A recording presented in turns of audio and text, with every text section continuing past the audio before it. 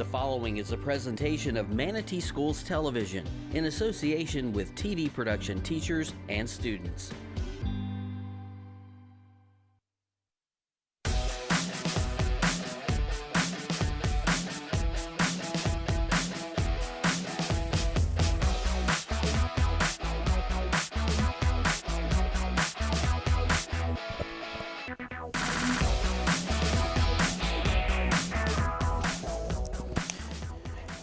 We welcome you to the Manatee Schools Television Game of the Week from Mike Van Zerk Field, the home of the Palmetto Tigers.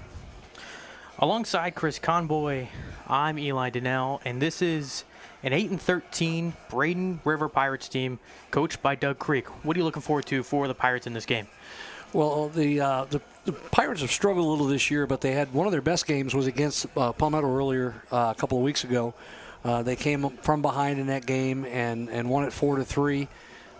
They also played real well against IMG national team in a 1-0 loss, but they've been struggling to get outs on the field and to score runs offensively. Palmetto, conversely, after that loss, the Braden River went on a little 6-1 run. They came in second in the Sarasota High tournament over spring break. They've now beat Sarasota High, which is a national power, twice this year. The one loss was to a number one in the state Venice team. So Palmetto is really, they've kind of been rolling along here. Palmetto's been exceptionally defensively and pitching wise. The team ERA is 1.45 ERA. So we expect to see a good pitching performance tonight from Landon Stewart, who's been throwing the ball real well. Braden Rivers, their pitcher tonight is the pitcher that beat Palmetto last time, so they should be able to, they're hoping he can replicate shutting down the Tigers like he did last time. So we should be in for a good one this evening. The Tigers 13-6, led by head coach Corey DeHaan, looking to keep Palmetto cruising right along as we begin play in the county. County play begins in the district. Palmetto 2-1 so far in the district. Braden River 1-0. So two teams winning record inside the division. It will be Landon Stewart, Jr. on the mound for Palmetto. Has had a really good year this year for the Tigers. And I expect him to go deep into this game. Be Braxton Marin to lead it off for the Pirates as the pitch on the way, grounded back over to second. Gloved and throw to first is going to be in time. One pitch, one out for Stewart. Nice play by Chase Nye there, number 17, the junior for Palmetto, who's been a star offensively for this team. I think kind of a surprise even for the coaching staff, hitting close to 400 and playing good defense, as you saw there, attacking the ball. A lot of high school kids will stay back too much and make that a much closer play, and he did a really good job charging the ball there and creating a good hop. Made a nice play at second. Pitch on the way and taken low to Tristan Tallow. Yeah, Stewart's got a 1.38 ERA this year. He's a little bit lower than the team average, but like I said, they've been getting good pitching from all over the place at Palmetto this year. 1-0 is in for a strike. They'll even the count up at 1-1 on Tallow.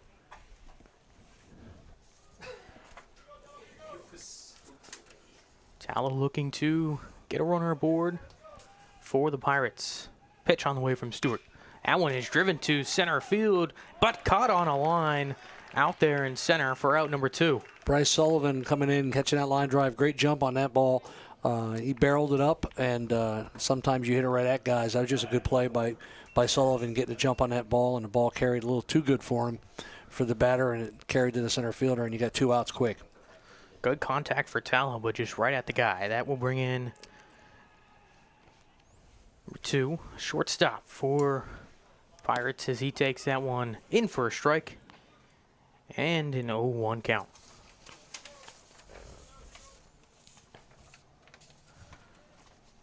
Chaz Templeton in for the Pirates.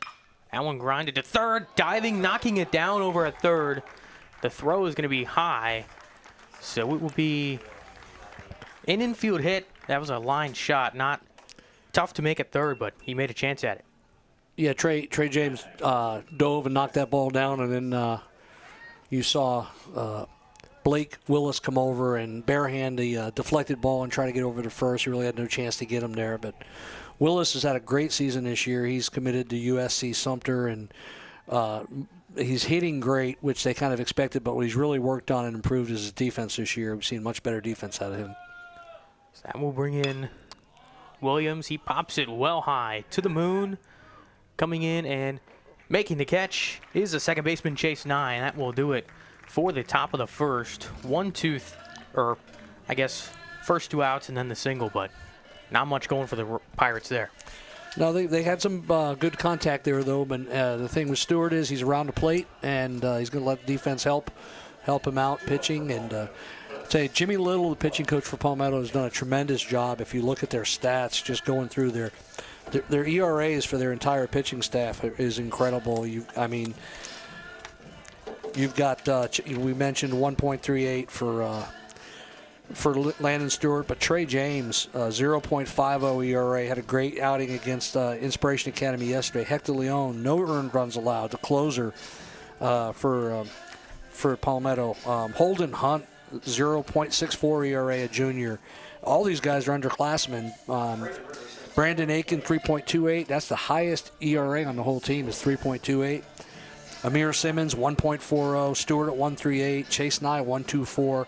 And Hunter Hoyle at 1.56. And the only senior in the whole staff, Landon Henderson, is a 2.44 ERA, and he's the State College of Florida commit, who also plays right field. But, just Coach Little done a great job, and JT Wynn, the catcher, has done a great job handling the pitching staff this year in his first year as a full-time catcher at the high school level. So, been very impressed with their defense and pitching this year. So it's going to be tough for the Pirates to score runs. Great pitching from Palmetto. On the mound for the Pirates is going to be... That's Braxton Rector. Who he pitched against Palmetto last time when they were able to come back and win that game. He's got a 3.37 ERA in 8 appearances. We'll see how he does against Palmetto, who's already seen him a little bit this year. So we'll see if the Palmetto offense shows up like the pitching did in the first inning. It's going to be Willis and then Love and then... Blake Willis will lead it off, and Blake is hitting close to 400. I think he's hitting at 375 right now. Leads the team with 2 home runs, and also has 2 triples, 2 doubles, and 11 RBIs. And he's second in RBIs. So he's been very productive in the leadoff spot. He's got great speed. I know he had a bunt for a game-winning hit against Sarasota in a 1-0 win. So he will put the ball down. You can see the third baseman cheating in on the grass there just in case. And that just opens up so many holes in the infield when they have to play in and respect the fact that you might lay a bunt down. Rector bounces the first one in for a ball, so a 1-0 count on Willis as he looks to get Palmetto some base runners early. Pitch on the way. That one is going to be driven foul. Out in front of that one. That's down in the bullpen area. Wind blowing in from right field right now. During the JV game earlier, it was blowing out. Right now it's blowing in. And usually as the sun sets here at Palmetto, the wind will die down. It's, historically, as it gets dark, you usually don't see as much wind. But right now it looks like it's blowing in, maybe towards the left field corner. 1-1 also bounced in. So 3 pitches, 2 of them bounced in for balls. Make it 2-1 on Willis. Rector just got to kind of get in the zone here and get something going. Well, you run into a little differences in mounds in high school. It's not as uniformed as it would be in the major leagues or Division I, baseball. So any time you go to a new place, it's a little different, hitting off of a new mound. Willis pops it over to third. It's going to be the shortstop Williams making the play for out number 1. Yeah, Williams over there in foul territory, camped underneath that. Rector had Willis out in front of that pretty good, just like he did on the foul ball, and got him out in front and popped him up. I'll bring in the left fielder, Keaton Love, batting second in this potent Tigers offense. Yeah, Keaton Love is hitting .319, and he's got 9 RBIs to go along with that. 4 triples for Keaton. He can run well as well, too. tied for the lead in stolen bases on the team with Willis. Rector delivers a first pitch strike. So the pop out from Willis brings in Love. He's patrolling out and left for the Tigers. That one bounced in again, 1-1. Yeah, he's a very versatile player who played infield last year as a sophomore a lot, played a lot of third base, and he's played some second base for him this year. He could play a little shortstop. He plays the outfield because he runs well. One fouled in for a strike, so it'll be 1-2 on Love. As Rector will look for an early strikeout. Pitch on the way from Rector. That one grounded sharply up the middle and a base hit for Keaton Love. He will hold up at first, so it's a one-out single for Love. It's a great two-strike approach there when he got 2 strikes and shorten the swing up and hit the ball up the middle of the field, using the middle of the field, the whole field, for a base hit there. It's good hitting by Keaton Love. Good contact, just smoked it through right there. That gap between short and second baseman between the bag. A very valuable hit, and that brings up Landon Henderson batting third for the Tigers. Yeah, Henderson, said earlier, is a State College of Florida commit. Also a pitcher, one of the top pitchers on Palmetto's staff here. Henderson grounded that one sharply over the dugout. So that will be a 0-1 count. Pitch on the way to Henderson. Takes it in for a strike and an 0-2 count on Henderson as he looks to move Love over. I'd be surprised if Love doesn't get going here. I mentioned good speed, and he leads the team in stolen bases, or tied for a lead. And that one is a ball, so it will be 1-2. Love is jumpy over there first. He wants to go, but waiting for that perfect moment. Rector set. Pitch on the way. And it's a strikeout for Rector on Henderson. And that is the second out of the inning. Look like a fastball away. Henderson thought it was outside. The umpire rings him up on that, and we got 2 outs. So that brings in the catcher this evening for the Tigers in JT Wynn. It's a strikeout looking for Rector.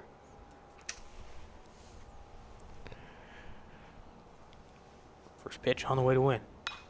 That one driven right field, coming in and making the catch is going to be right fielders. That will be the Denzel Diaz making the play there. Diaz makes the play, and that will do it for the first inning of action. I think we're going to go down to Fred for an interview here with assistant coach Robert Bowden at Braden River. I'm going to throw it down to Fred. Maybe we're not. Fred, you there? Yeah, I'm here. Hey, okay, we're going to go down to Fred's interview with assistant coach Robert Bowden from Braden River. Thank you so much, Mr. Conboy. I'm joined by Coach Rob, not only a legend on the field, but a legend behind the camera. You know, Coach, the top of the first inning was tough for you guys. Didn't really get the offense going like you wanted it to. In your mind, how do you keep the guys motivated to keep going and forget about that and move forward to the next one? I mean, we typically just tell the kids to just look for something that you can swing at early in their account, something you like. We don't expect them to get hits all the time, but we kind of want to grind out at bats, get the pitch count up, and then hopefully see what pitches he has to offer so the next time we go through the lineup that we can attack something that we already seen and kind of expect. So. Now, for you guys as a team, do you guys game plan looking for certain pitches from pitchers, or do you say, hey, whatever you feel, whatever you like, go for that? Typically for the players, everybody's different. Everybody's favorite pitch is different. Everybody's sweet spot is different. I say you look for your pitch until you get 2 strikes, until you got to protect. So you kind of want to figure out the umpire zone. You mix in what you like and just try to attack early. And the most thing, like I said, grind out at bats. If you grind out at bats, the pitch count goes up and you get more mistakes that way. Thank you so much, Coach Rob. Thank you so much, Coach Rob. Conboy, back to you guys. All right, thanks a lot there, Fred. We got Landon Stewart coming back out here now for the second inning for Palmetto in a 0-0 game. No score through one here at Palmetto. So we wait the first run. It will be Diaz, Gao, and Rector, the order for the Pirates. See, Stewart sets in for his second inning of action. Pitch on the way. And it's going to be taken for a ball. A 1-0 count. See, Pirates look, pitch on the way. That one grounded foul. 1-1. Diaz evens up the count. Stewart around the zone a lot so far. Actually, both pitchers, except for those 2 balls he bounced. Rector was around the zone after that. As soon as he got his feet wet, and if we get that, we should have a pretty quick game here to keep things moving, putting balls in play. And 1-1 pitch on the way to Diaz. Swing and a miss, blew it right past him. that was good pitch there, good spot. Stewart's really progressed this year from last year. He actually played a little bit of varsity, I think, as a freshman. He's a junior now, and so he's got a lot of experience. He feels comfortable up there now. Bounces that one just behind the plate. It will be 2-2 on the right fielder Diaz. Let's look at our field reporters, Frederick and Brooklyn, doing some great work. Diaz pops that one foul and out of play. That's out there. That's at the four-way stop sign here behind Mike Van Zerk Field, which is amazing that more cars don't get hit. But we're pretty close to the fence here. Balls get out on the street pretty quick, or even into the fairgrounds. A 2-2 pitch on the way from Stewart. Grounded foul over towards the Palmetto dugout. That's a hot corner over there. Yeah, Jimmy Little over there trying to make a play against the fence there while he's calling pitches. So he thought better of it, got his hand out of the way at the last second. Does not feel good to get hit by those balls. I've been a victim of that before. 2-2 pitch on the way to Diaz. That one driven right back up where it came from, and a base hit for Denzel Diaz. Yeah, once again, good two-strike approach there, not trying to do too much, using the whole middle of the field with 2 strikes, shortening the swing, staying inside of it, and hitting the ball to center or right center, and getting a base hit out of it, much like we saw from Keaton Love in the bottom of the first inning. And now Braden Rivers got a little something going here. Leadoff single brings in Ethan Gow. He's out over there and left. What can he do with Diaz aboard? He'll check back. Diaz in safely. Braden River will look to get some early runners on. Maybe try and throw Stewart off his ship a little bit. Diaz has 5 stolen bases, and they're going to bunt. He gets the bunt down, does a good job on the sacrifice there. And they move him over to second. So Coach Creek decides to go small ball here in the second inning, the 0-0 game, figuring that runs are going to come at a premium, it looks like, with these 2 pitchers, and move the runner over and now see if the next guy can drive him in, which is the pitcher who can help himself out here, Rector. Always good to get those runners moved over. Now Diaz into scoring position for Braxton Rector, pitcher for the Pirates. Double duty tonight. Pitch on the way from Stewart. Taken in for a strike. Look at a breaking ball there. Starting him out with that. When you can throw that breaking ball for a strike to start the count, that makes you really tough to handle for hitters. And now you start thinking, what is he going to come with now? Can he throw a fastball or another breaking ball? And start second-guessing yourself. Pitch from Stewart. That is driven out to left. That is going to be sliding catch. What a catch out in left field by Keaton Love. They said no catch. They're ruling no catch there. So no catch, the ruling. And the umps are going to get together and talk about this. That looked like a catch from my angle. I thought he might have short hopped it. I don't think we have a camera that goes out that far. It was a really good effort out there in left field. The runner on second, of course, held up, not knowing if it was going to be caught. So if it is a catch, if it's not a catch, it's going to be first and second. And now they're talking to the umpire to see who had the best view of this. And we don't have ABS to review it, so we can't go to New York.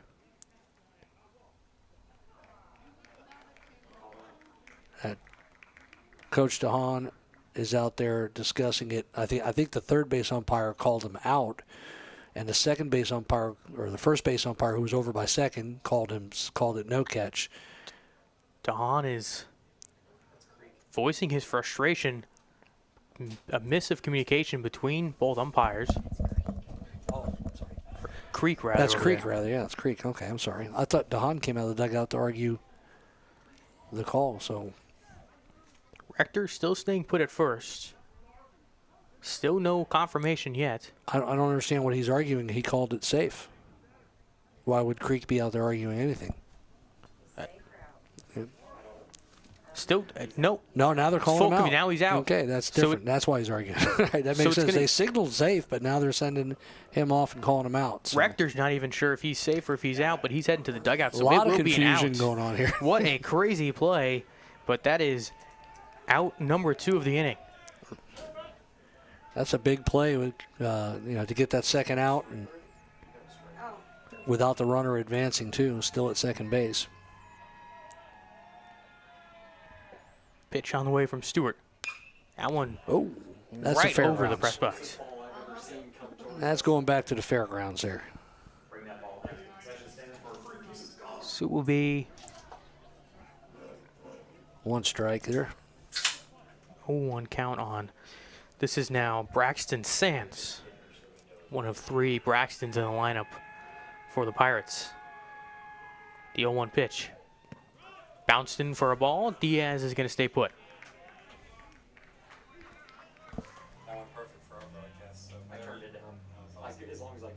So it's going to be 1-1.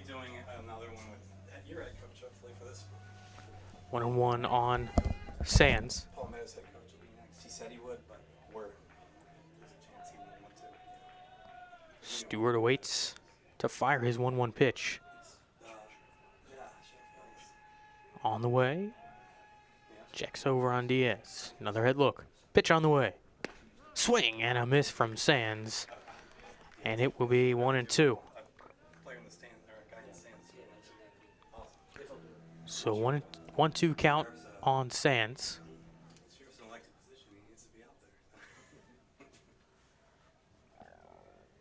Sands behind the count 1-2. Stewart is set. Checks back to Diaz. And now he'll step off. That batter calling time there because Stewart was taking a long time. Stewart taking his time on the mound. Pitch just before. Yeah. Check back twice on Diaz. Yeah, we were moving along pretty good there for a little while, and now we've hit the brakes here with a runner in scoring position. Everything gets real. 1-2 pitch on the way. There goes Diaz, and the pitch is fouled back. Diaz will have to retreat. Good jump from Diaz. But Sands gets just enough to foul back. 1-2 count, 2 outs, top half of the second. No score between the Pirates and the Tigers. Stewart set once again. No check back. Ooh. Not in time. Good move there by Stewart to pick off play to second. Diaz got in under it. It was close play there, and Blake Willis broke in, and the daylight play. We wait a 1-2 again. Waiting is Sands. Stewart's pitch is just high for a ball in a 2-2 count. Ooh, that was close. That was close. I think that some Palmetto fans and dugout thought that might have been strike 3. Close pitch. It's a tough job being an umpire. Especially from where we are, we have no idea how far inside or outside the ball is from the side here. 2-2 on the way. Swing and a miss. Got him with a breaking ball. Good pitch there. 2-2. Got out of the inning with the help of that questionable call in the outfield. I don't say it was a wrong call. I'm just saying it was questionable because they talked about it for about 10 minutes to make a decision. So, and we're going to try to go down to Fred now, who's supposed to talk to Coach Corey DeHaan, we believe. He's going to try to. He said he would, and I think he's going to. I think Corey's stepping out now. Fred, you there? Over there again. Fred, you there? Yeah, I see Fred, and I see Corey DeHaan down there, but we don't have any sound right now. So be...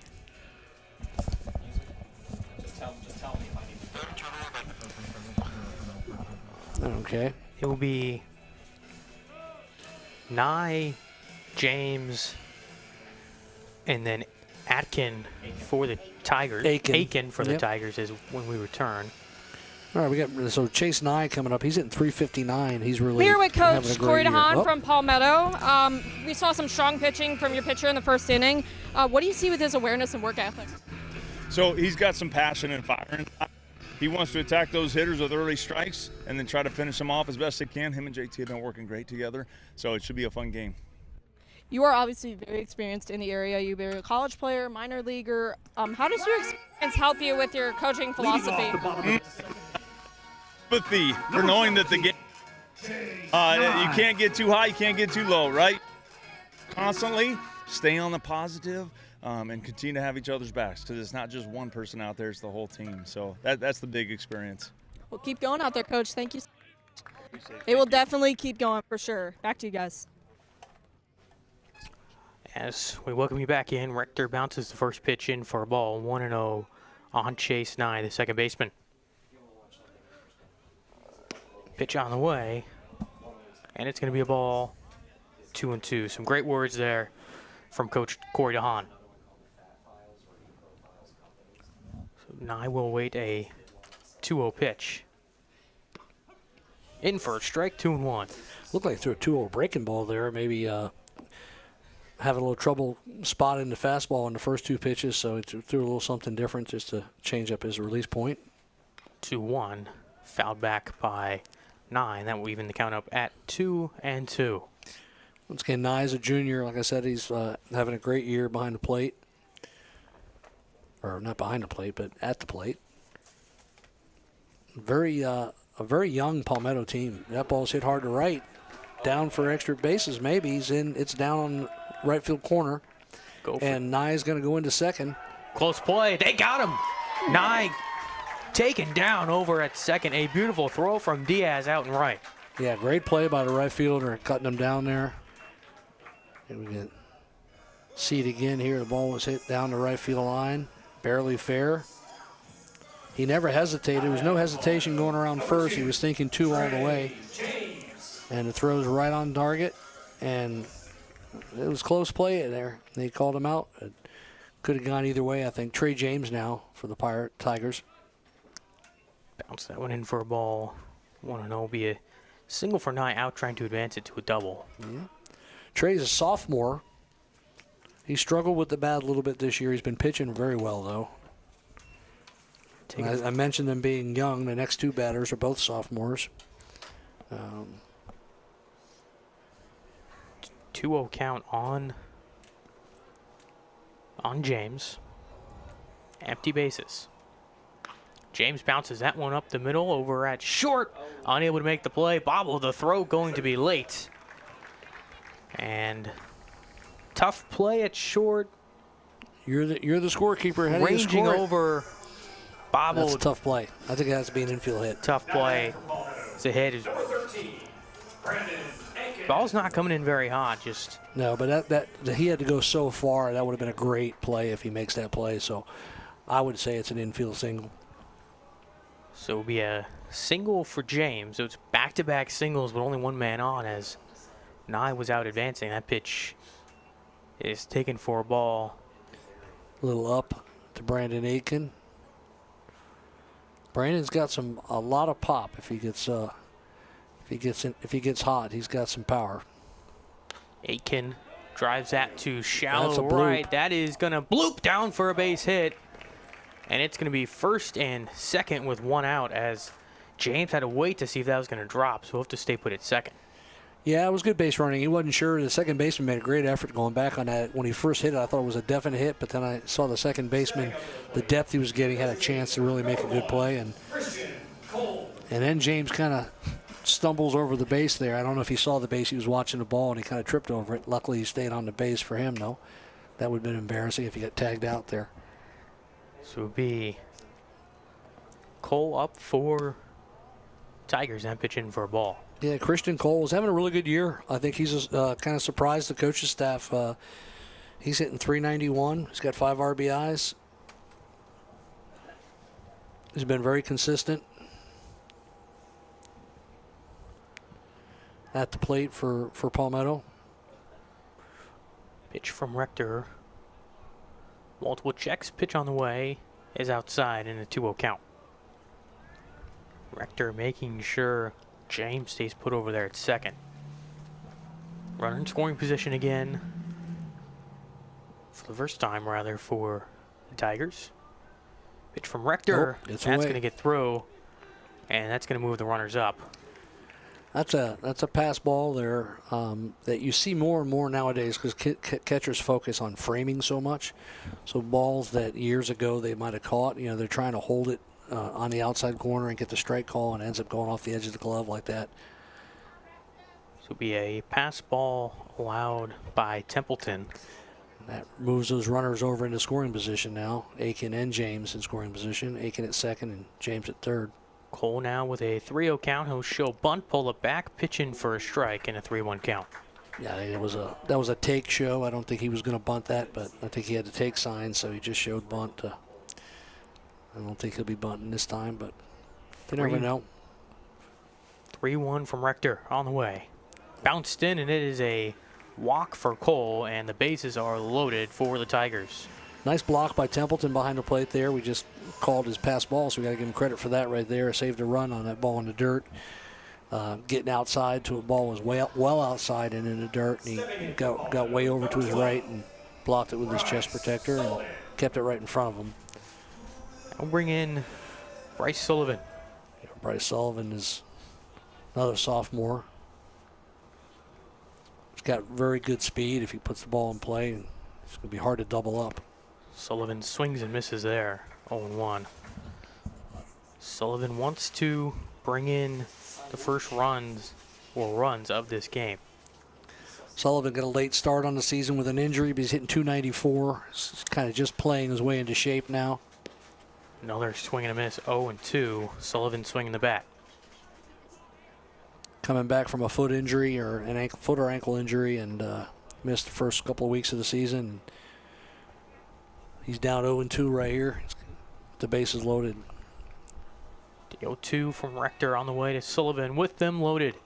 Sullivan fouls it back, stays alive. This is when you got to have that two-strike approach, especially if you're a guy that runs as well as he does, and you're tough to double up. If you can put a ball in play on the ground, the chances are he's going to get a run. If he puts a ball up the middle, and he can beat the throw to first and get a run in that way.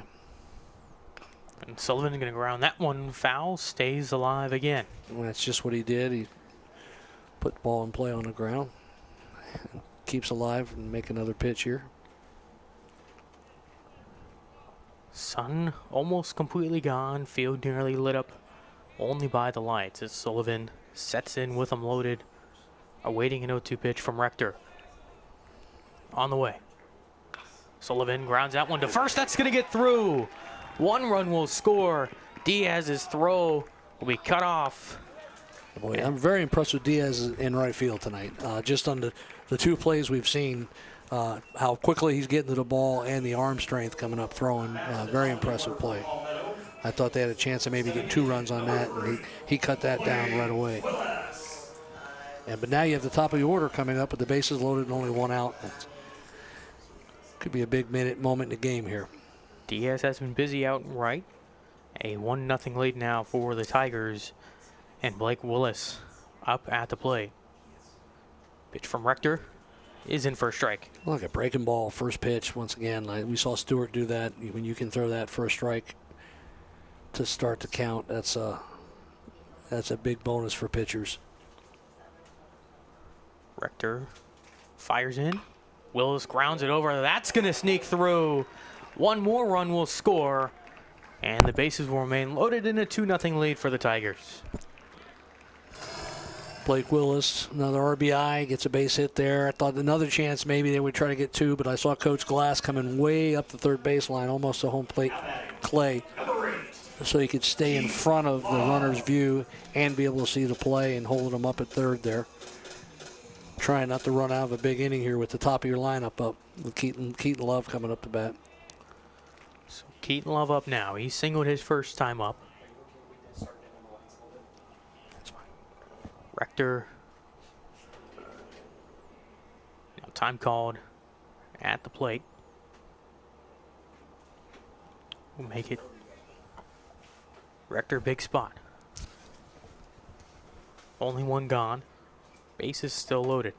Pitch on the way. Ooh. Rounds it foul. It went off his foot. He's got that shin guard on his right shin. His front shin looked like he pounded it right off of that. Love will dig in again. Waiting a 1 pitch from Rector. He gets the sign from Templeton. Pitch on the way. Grounded over to first, but foul. And an 0-2 count.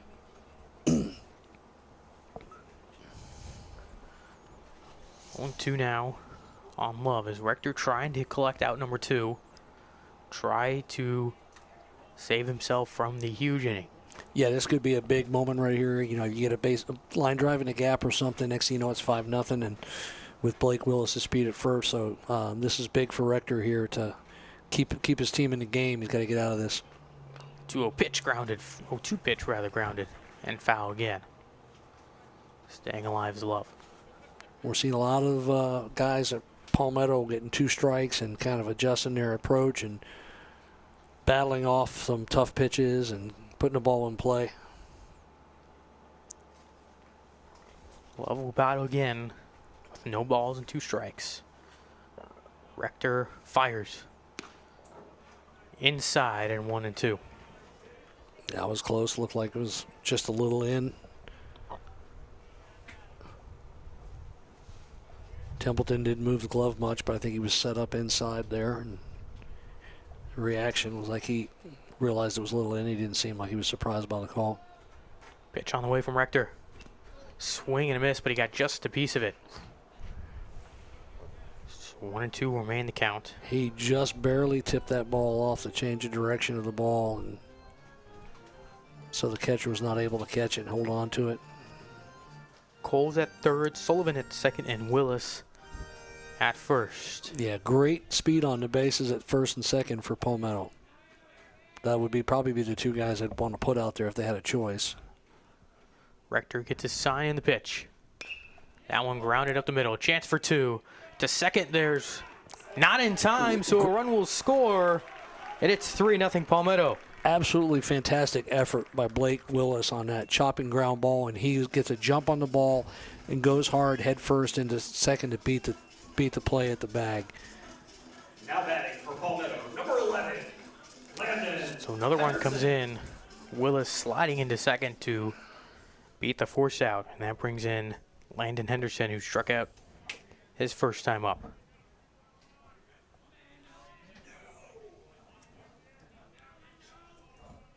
Rector. Still 1 out here. 3-0 with Henderson up. Struck out earlier, but he's got a lot of power. Obviously, hitting in the 3-hole. If he gets ahead in the count here, he's going to be looking to do some damage. First pitch ball. 1-0 pitch. Ooh. That gets away, and that's going to bring in another run. 4-0 Palmetto. Be another more of a wild pitch. That was a wild pitch, yes. Templeton never. He couldn't get a glove on it. Yeah. That ball was, It might have gone behind Henderson. From our angle, we couldn't tell. It was way inside. So now 4-0 game. All it takes one big inning, and they've had it. Yep. 4-0 lead. Ooh. And then that one hits him in the back. And frustration being shown from Henderson. He'll take his base. I don't know if it's frustration or pain. It might just be pain. It hit him square in the back, so nobody would be happy about that. He does get hit a lot. He crowds the plate and does get hit a lot. He's been hit several times this year. I think he leads the team in hit by pitches. We cannot see the Braden River bullpen down there, and I can't see where they got somebody warm up. You would think they would have somebody else warming up with the problems that Rector's been having this inning. And they'll meet now with Rector. Yeah, Coach Creek is going out to talk to him on the mound there. Try and calm him down. Bases still loaded now. Action over in the Braden River bullpen. We have confirmation there is action in the bullpen. So now it's Creek. If you could trust that guy, I don't know. Coach Creek can head back to the dugout.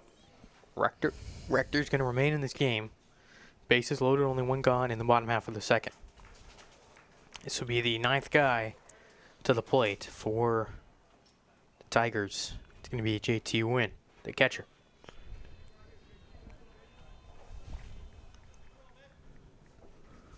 Rector just a ground ball double play out. Away from the inning. Almost had it a couple batters ago with Love.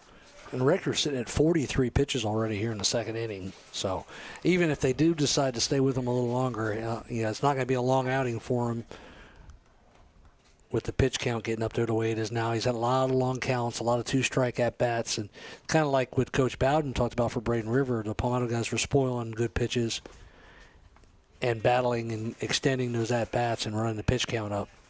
And then they had the added advantage of successfully putting it in play after that. So it's been working. Everything's been working in Palmetto's favor so far. 2-0 the count on Win. That one is going to be a foul ball, 2-1. Right off the shin guard there. Another one of those. A 2-0 pitch. He was sitting on that fastball and got out in front a little bit and drove it down into his foot. But it's been really good to see high school guys who kind of approaches changing here when taking a big cut like that when it's 2-0, but then when there's 2 outs or 2 strikes, changing their approach, putting the ball in play, going the other way. Going to drop for a base hit. Another run will score. They'll hold him at third as Diaz has that strong arm. 5-0 Palmetto. Yeah, I don't think you want to run on Diaz anymore. If you're going to run on anybody, that's probably not the guy you want to run on from what I've seen tonight. So they've batted around. Tigers have, and that will bring up Chase Nye. His second time up to the plate in the inning. Ethan Arrington coming in as the courtesy runner for the catcher. Catchers hate that, I know. I know one catcher that really hated always having someone run for him. That was former Palmetto catcher Christian Kretzer, whose dad's doing the stadium announcing here. His mom is doing the scoreboard, but as he's off playing at Mississippi College. 1-0 count on Nye, second time up to bat this inning, and now time called. And now a mound visit from Templeton. 5 runs have scored here in the second. They got the quick first out with the single, but then threw out Nye over at second as he tried to extend his single to a double. So every batter has reached base. Even the one that made out. He reached first base, got thrown out going to second. So it's been a tough inning for Braden River and Rector. Nye looking for revenge after Diaz threw him out at second. The 1-0 and now step off. Rector it's been all singles. Every single hit has been a single, that lone hit by pitch and fielder's choice. But everything's just been right through the infield. Now Rector will step off again.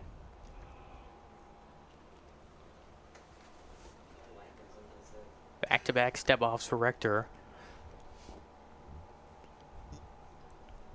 Tough spot. Pitch on the way. Swing and a miss. Dude, a fastball by him there, up.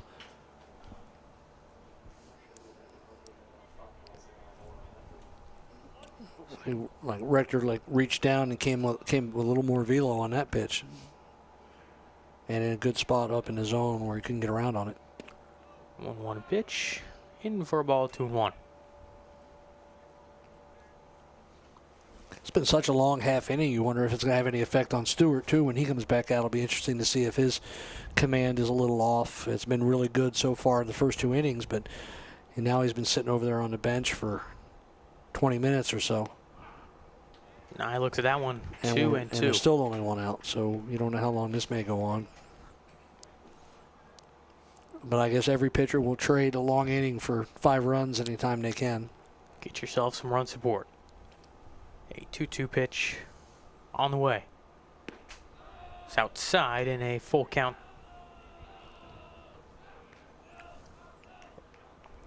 Full count, 3-2.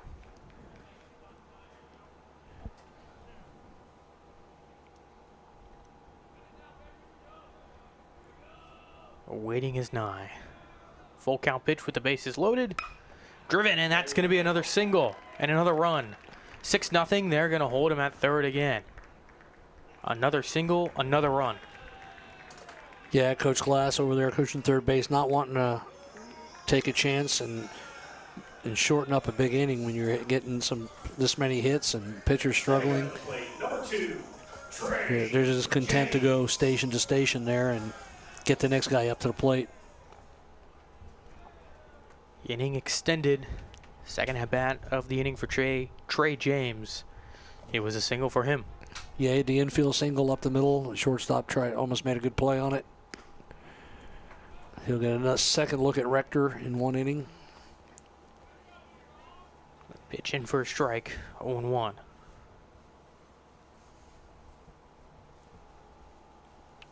Pitch on the way. That one driven to shallow right. That's going to be caught by the center fielder, tagging and retreating. Over at third is going to be Henderson. So out number 2, finally, for Rector. Now batting, number 13, Braden. Everyone stays put, and that brings up the big power in Brandon Aiken. Brandon had a base hit last time up, went the other way to right field.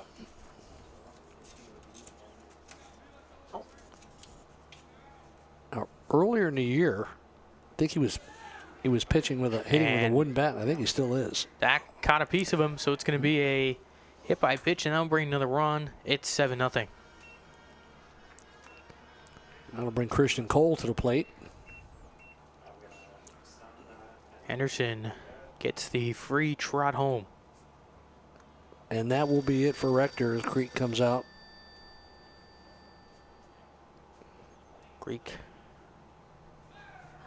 Rector tried retreating from the mound before Creek got there.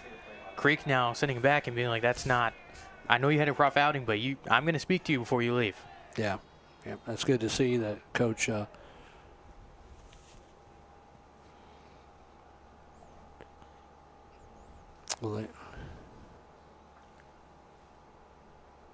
Rector not pleased with himself after that outing.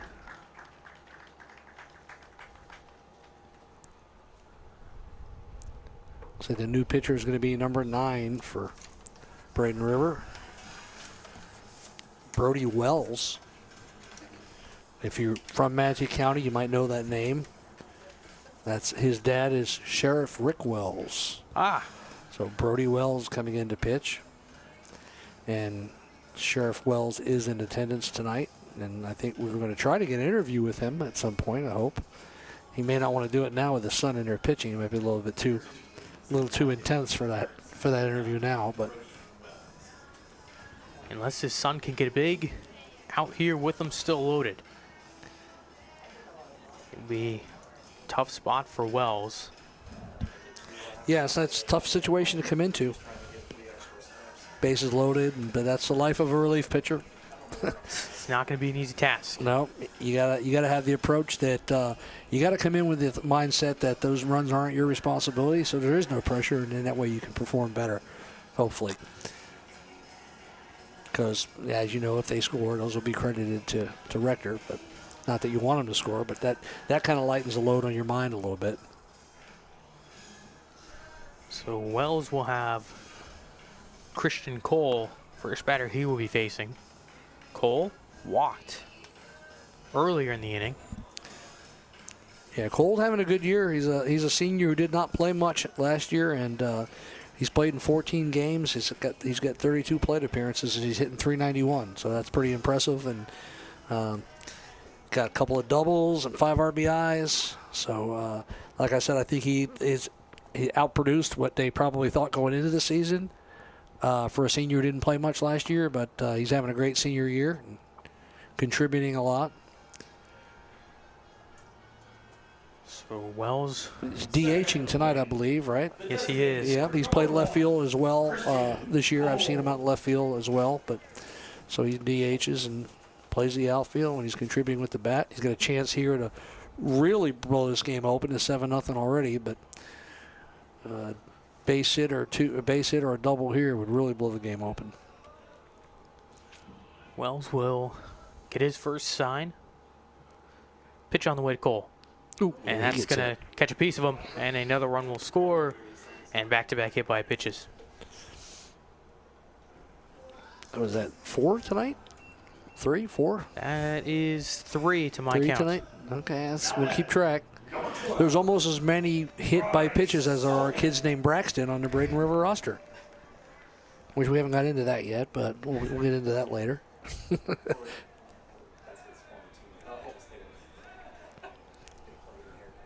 So now Sullivan comes up. And he drives one deep out to right. Diaz ranging over and making the catch. That will end the inning. A good job by Wells coming in after hitting the guy, but then throwing strikes and getting out of the inning. And I'm sure he'll probably come back out for the next inning as well, but it'll be down 8-0 right now, and Braden River will try to come up and get some runs back. 14 batters reach the plate in the inning. So a 8-0 lead for the Tigers. A long, tough inning for Rector. And then the Wells. I think we got Fred. I think we got Fred over there with Jimmy Little, with pitching coach Jimmy Little and field guru. Ladies and gentlemen, I'm here with Coach Little after a phenomenal inning there at the first base. Coach, what do you think? What caused that spark for you guys? Oh, right now, like we talked before the game, we really want to be aggressive. First pitch fastball. Lately, we've been a little too picky on our first pitch. So we want the guys to be real aggressive, and it helped out right there. Trying to keep the ball there, swinging line drives, good base running all the way around. Now, for some of the people at home who don't watch baseball, what is your role as if you could summarize, as a first base coach? Basically, my first base coach is kind of remind the guys how many outs there are. Guys pick off moves if they're kind of quick or slow to the plate. Reminding them to always keep an eye on where our defensive players are, where the positioning is, the situation. We know youngsters can be very forgetful sometimes, so just there to be a reminder of everything. And then my last question, where did you get your lingo from? I know everybody had a coach or something that inspired you. I heard you keeping up your hitters. Where'd you get that from? Well, I grew up born in Key West, but played high school ball here at Manatee High School. Played for wonderful Coach Carlock back in the day, and then Coach Hill at MCC. So a lot of those guys kind of rubbed off on me. Shout out Coach Hill, that's my guy. Coach Little, we appreciate you. Thank you, sir. Take care. Back to you guys in the booth. Thanks, Fred. And Coach Carlock, who just passed away 2 weeks ago, had the funeral this past Saturday. I was able to go to that and see a lot of old players, and Jimmy's one of those guys that played for Coach Carlock, as many others like Lance Carter and Pat Klein, and over the years, Dwayne Strong that played for Brian McCray, played for Coach Carlock, and a lot of those guys were at the funeral Saturday to wish his family the best, and we keep John and his family in our prayers. And Stewart handles the first batter right away on a ground out to Trey James at third base. Makes a good play. 5-3 the put out. Then we'll bring in Braxton Marin Now for the Pirates as we begin the long-awaited third inning. Yeah, that was a long second inning we had there. And it doesn't look like the delay has affected Stewart as he's come out pounding the zone, which is what you want to do when you get a big lead. Come out and throw strikes and let your defense help you. Don't try to be too. Last thing you want to do is come out and start walking people after you get a big lead. The 0-1 pitch on the way to Marin. Inside 2-0, or 1-1, excuse me. Stewart had to sit on the bench a long time. He was doing different things over to keep himself warm. Come back out here, got the first batter out in 2 pitches, and now behind the count 2-1. Sorensen, who grounded out to lead off the inning. Now Marin to bat second. Pitch on the way to Marin. In for a strike, and even at 2-2.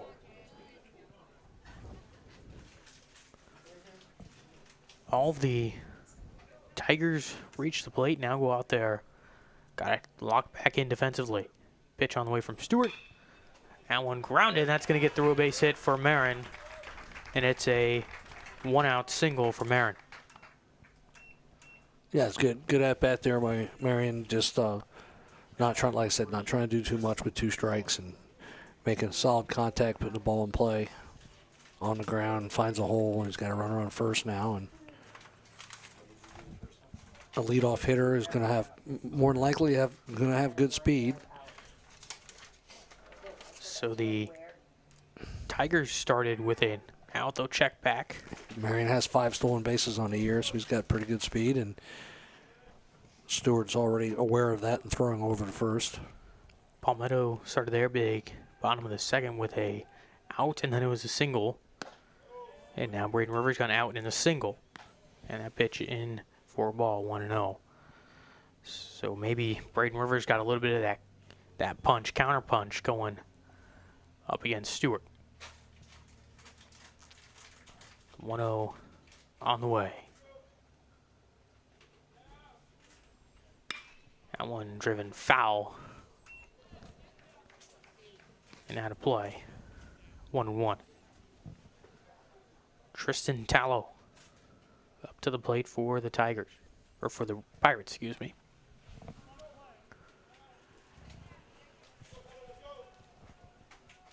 The 1-1 pitch on its way. Bounced in and going to get away. So be a wild pitch, and that will move Marion over to second. There's nothing much the catcher can do about that pitch. That was yanked way over into the left-handed batter's box and low. That went to the screen. Sheriff Wells next. We're going to do Sheriff Wells next, and avoid Braden River, and then just do like the next time we'll just cut to the Tallow waits a 2-1. Pitch is on the way. That one driven foul again over near the parking lot, 2-2.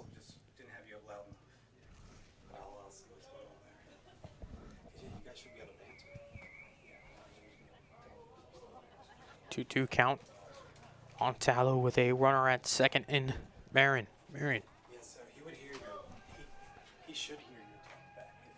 Pitch on the way. And that one driven, that might drop. It's going to drop Bermuda Triangle. They'll hold Marion over at third. And a 1-out double as he's going to stretch that. Now, their misplay there by the Palmetto defense, throwing the ball home and not hitting the cutoff man and allowing the batter to take second base, and now they no longer have the double play opportunity. Sullivan came up and threw it up the third baseline and high, and JT Wynn had to go up and get it. But you got to hit your cutoff man there and keep that runner at first so you have the chance for the double play. So it's going to be the catcher, Templeton. He singled his first time up back in the first. Pitch on the way from Stewart with runners in scoring position. Right in their first strike. Palmetto infield playing back, willing to give up a run for an out here, which you would expect with an 8-0 lead. Templeton was behind the plate a long time that last inning. know the knee's got to be hurting him. And now the pitch from Stewart. He'll take that one up and in. 1-1. Those catchers do that every day, though, catching bullpens and catching all through Little League, and they're used to it. Their legs are strong. The 1-1 on the way. Templeton pops that one back and over our heads. 1-2.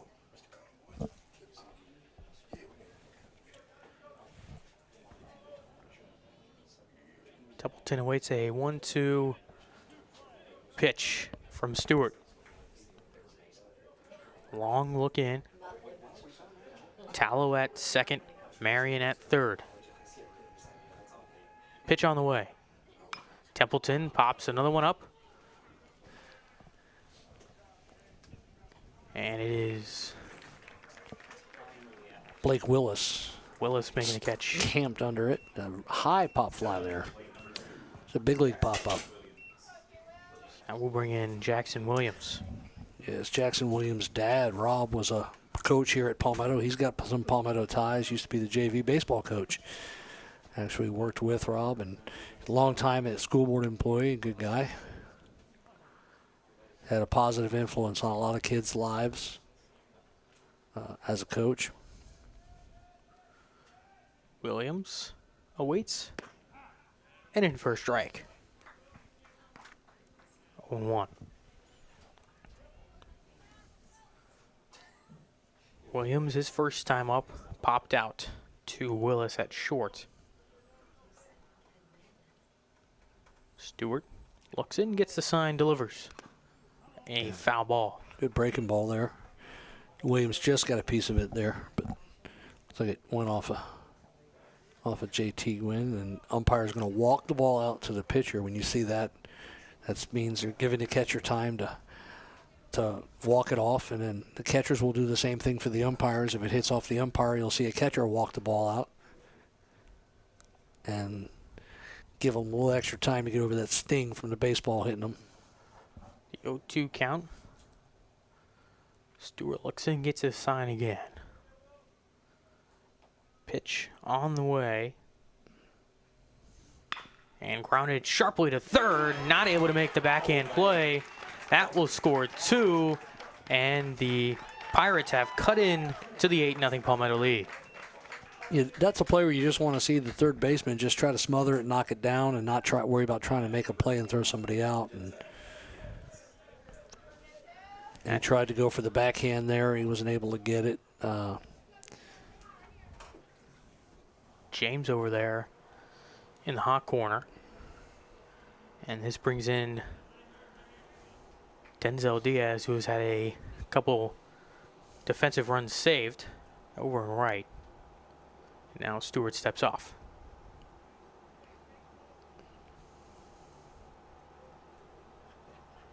Stewart gets his sign.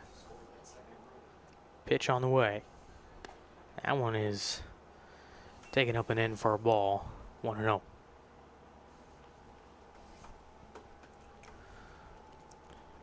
Stewart now up to 42 pitches here in the third inning. His third inning of work with 2 outs. Low pitch. On its way. Swing and a miss from Diaz. Runner goes to second. He's going to be in there safely. A stolen base for Jackson Williams. Yeah, he got a good jump that time, and there's nothing really the catcher could do on that. I think stole that one on the pitcher there and went in head first. Catcher got the ball down there as fast as he could, and just nothing more you can do sometimes. They get a good jump. 1-1 pitch on the way to Diaz. Swing and a miss again. 1-2 now. There was also a low pitch that Wynn was trying to throw him out at second on. That's tough to come from catching a low pitch and throw a guy out like that who runs like Williams does.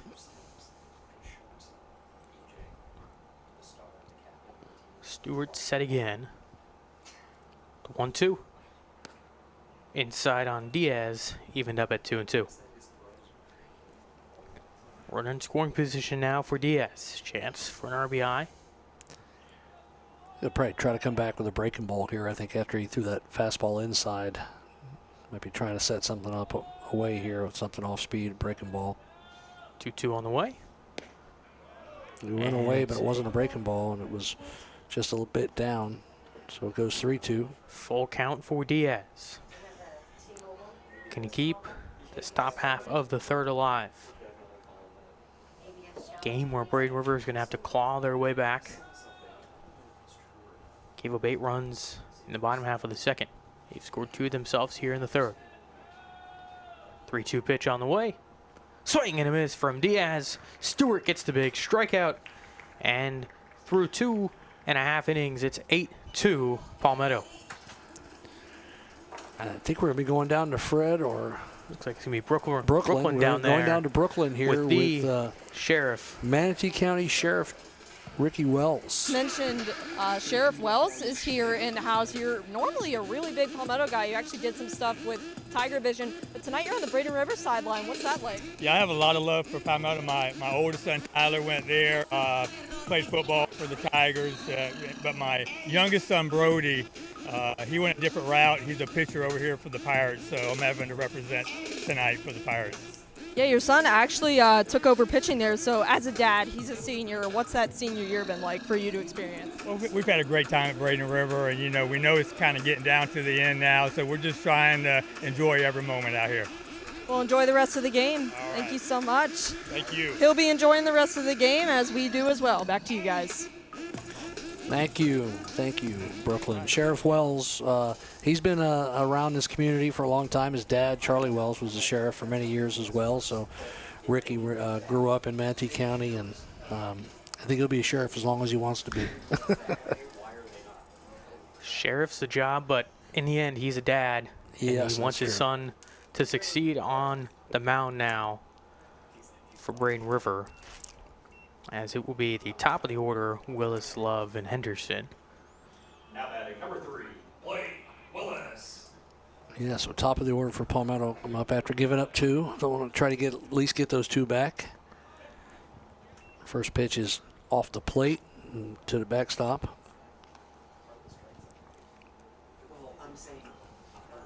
So a 1-0 count. Jimmy for Little trots around, going out to coach at first base there. Retrieve the ball.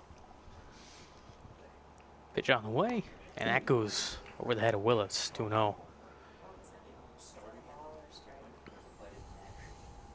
Frederick with some good insight from Little on his job over there at first base as the first base coach, relaying a lot of information to your runners and batters. And Jimmy's also the pitching coach. He handles the pitchers, so he does a tremendous job. I mentioned earlier their ERA this year, coaching the pitchers. He's as knowledgeable a baseball guy as you'll find, and probably loves the game more than anybody I know. His full-time job is taking care of the fields at Pirate City, which he does all day long. He's around baseball all day long, and then he comes over here and does it at Palmetto.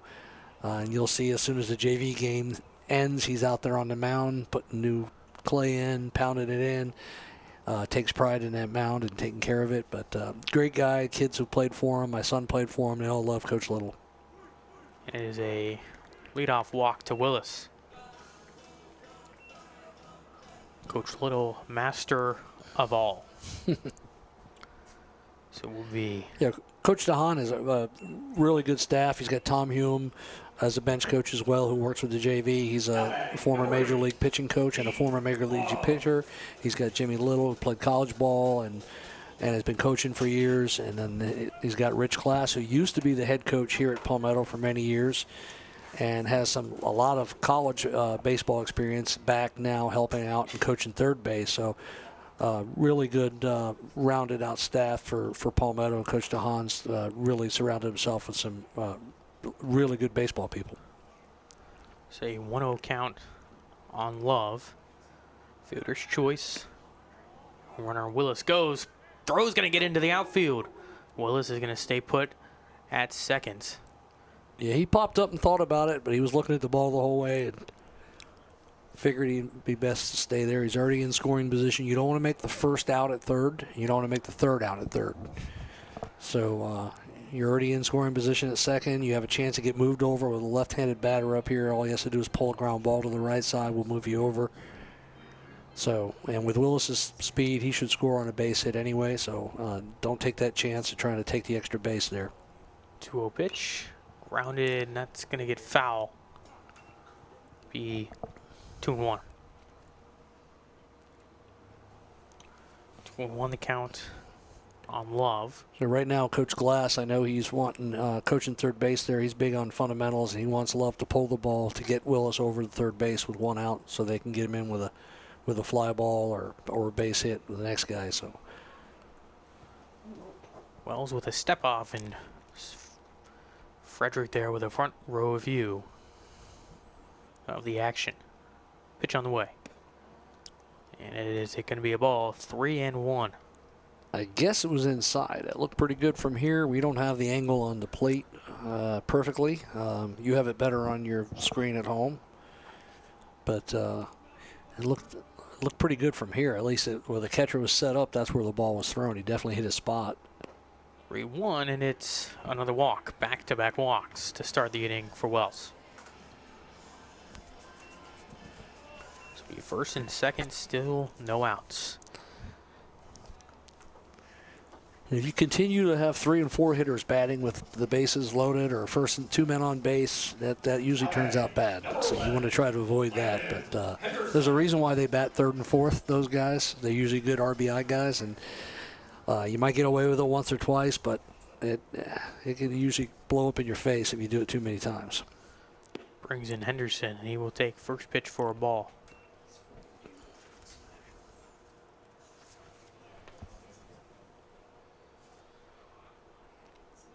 It was a breaking ball that time. I think Wells tried to just like break the routine. Sometimes when a guy's struggling to find the plate with his fastball, it helps to just call a curveball if you're the catcher and get him changing his focus. Double steal, but a foul ball. Big jump by Blake Willis there. And like I say, got great speed on the bases here with Love and Willis. Go for the double steal, but Henderson fouls it off, so they'll both have to retreat. 1-1 the count. An 8-2 Palmetto lead. Just past 8 o'clock. Pitch on the way from Wells. And that's going to catch Henderson again. Backside of Henderson, his second hit by pitch of the game. This one a little lower than the first. He's just as happy about it. Or just as unhappy. He's been hit a bunch this year. I looked at the number. I can't remember what it was. I think he's been hit 6 or 7 times this year now. Which, like I said, big guy crowds the plate, and so they're trying to throw inside to him. But it looks like that's going to be it for Wells. And we got number 15 coming in now to pitch. Back. I don't have a 15. Henderson's been hit. What? 4 times, and he's been walked 17 times. 4 times before tonight? Yes. Yes. So okay, now so he's at 6 now. Season total up to 6.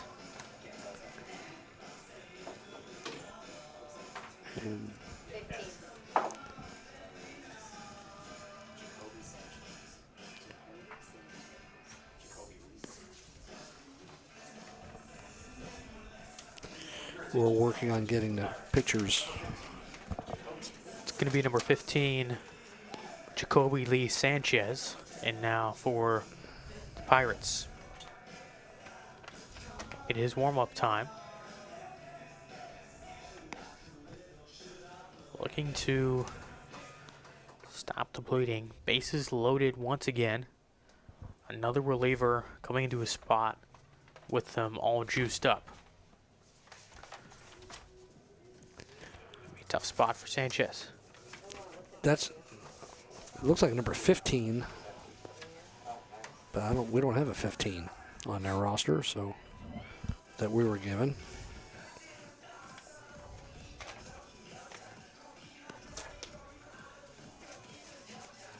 I guess it is Jacoby Sanchez. They do have a 15 in max preps, but not on the roster that we were given.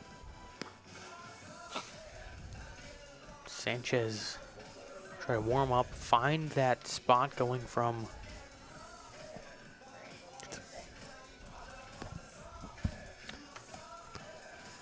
Tough spot for Sanchez, just as Wells did. He'll be coming in with the bases loaded. Bases loaded and nobody out. Not good. Even tougher spot. Yes, even Wells tougher had spot. the benefit 2 outs. of 2 outs. Sanchez will have to get them all himself. Yes. But he's a double play. He's going to have to face at least minimum of 2 batters. Well, I guess you get into a triple play, but you don't see those very often. Be cool to see one, though. Be cool to see one. Yeah. It will be JT Wynn. And that's going to catch a piece of Wynn. That is another hit by pitch and an RBI for Wynn. That is... It's not kickball, right? You can't just throw the ball at him and get him out. That is 4 hit by pitches, if my count is correct. It might be more than that. You might be missing. I'm trying to think. 9-2 down the score. We got 5 hit by pitches. 5 that... It's in for... In 2 innings, because we don't have an out in the third yet. So in 2.0 innings, we have 5 hit by pitches. Like I said, maybe it's like a kickball game. Nearly another one there. 1-1 the count. Chase Nye at the plate here. Nye pops one up on the infield. And I know that Chase Nye's not happy, but the coaches are really not going to be happy about that at bat with bases loaded, nobody out, and the infield in. And Sanchez gets exactly what he needs, the pop-up, the harmless pop-up. I'm sure Chase Nye's not happy about that either, but you just want to move people around, put the ball in play and on the ground somewhere when you got the infield in. And Trey James now in for the Tigers. Now Braden River moves their middle infielders back to double play depth. And Nye fouls one away. Still in at the corner, so they could go home with the ball, and a ball hit the third or first and probably go for 2 on something hit up the middle. James a single when he scored. Back in the second, he came up twice. Flew out his second time up in the inning. A 1 on the way to James. That one is going to be grounded to second, and they'll step on the bag for 1, and it's a double play. Wow, Sanchez gets out of it. Like we said, 2 batters. Gets the pop-up and the double play ground ball, and that's a great job of relief pitching there. So a 6-3 the turn and the double play. And it's only allows, Sanchez comes in base load, only gives up 1 run. Great job from him. And that will do it for the third, a 9-2 Palmetto lead.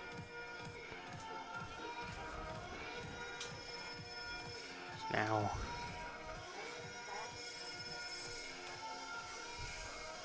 Palmetto going to come, or Braden River going to come back up. It's going to be the left fielder, Cal.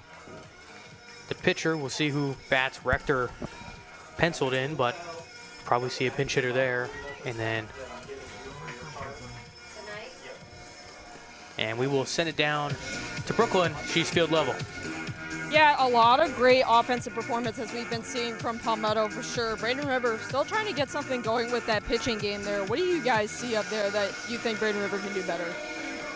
Well, first of all, they got to stop hitting people. That would be the first thing. 5 hit batters, that's a free base right there. And then they've had some walks on top of that. So just command in general, all 3 pitchers are so far struggled a little bit getting the ball over the plate. And this is their 3rd pitcher, really, that they've gone through this game. So do you guys think that they'll be able to get something going here and see if they can catch up to Palmetto? Well, Sanchez got out of that inning with the double play ball and the pop-up, so maybe he'll settle down now, and then they got to see what they can do offensively here. Stewart seems to be cruising along. Maybe could have gotten out of the last inning with no runs if that ball was kept in the infield over at third. So we'll see what happens here. Absolutely. We'll be watching. Thank you, Brooklyn. Great job from our field reporters, Frederick and Brooklyn. Bringing all the action, multiple interviews now with coaches, and a special one with Sheriff Rick Wells. And the pitch from Stewart on the way. And it is in for a strike. Landon Stewart with 48 pitches now as we go into the 4th inning. So this point of the season, most of the pitchers that pitch regularly are built up to throw 80 pitchers or so, unless they're dealing with arm problems or something like that. So I've even seen Landon Henderson, Coach DeHaan, and Coach Little go as high as 90 with him, but they probably have him built up for 75 pitches at least. Grounded to short, going to be a long throw and going to get him in time. A great throw over there from Willis. Yeah, Blake Willis, like I said earlier in the game, his improvement defensively is astounding. He had a rough time last year. This is not a great, you get a lot of bad hops on this field, but he had a lot of throwing errors as well, and he's just corrected that this year and done so much better. The improvement's been tremendous at shortstop. So it will be Sanchez to bat as he takes that one low for a ball. And Blake Willis works as hard as anybody you'll see. His dad is involved in the hit lab, and Blake's down there every night almost hitting and goes and does speed work. He lifts. He's going to be a real good player at USC Sumter. 1-0 in first strike, 1-1. 1-1 on Sanchez. Got those 3 big outs, and now he's got to go. Now he gets the hit. Blade. He does have 9 at-bats this year, so he has hit before. He's 1 for 9 right now, going into this at-bat. It's so tough to get going when you're not playing on a regular basis, and they put you in for 1 at-bat here, 1 at-bat there. It's rounded to third, snags snow cone, and the throw to first in time. Nice play by James there, getting up, athleticism, making that play, and a good strong throw afterwards. And Stewart looks like he's just cruising along right now. Great jumping play over at third by James. And then a perfect delivery over to first for out number 2. And then we'll bring in Braxton Sands. Takes that one in for a strike. Top of the fourth, 9-2 Palmetto. And that one taken for a ball, 1-1. Yeah, it was a little outside. He hit the outside corner with the first pitch and then tried to go a little further out, see if the umpire would give that to him, and he didn't. So it's 1-1 now. That one is taken low, 2-1. 2-1 on Sands. Stewart sets, 2 deep breaths, and the pitch. Swing and a miss. 2-2.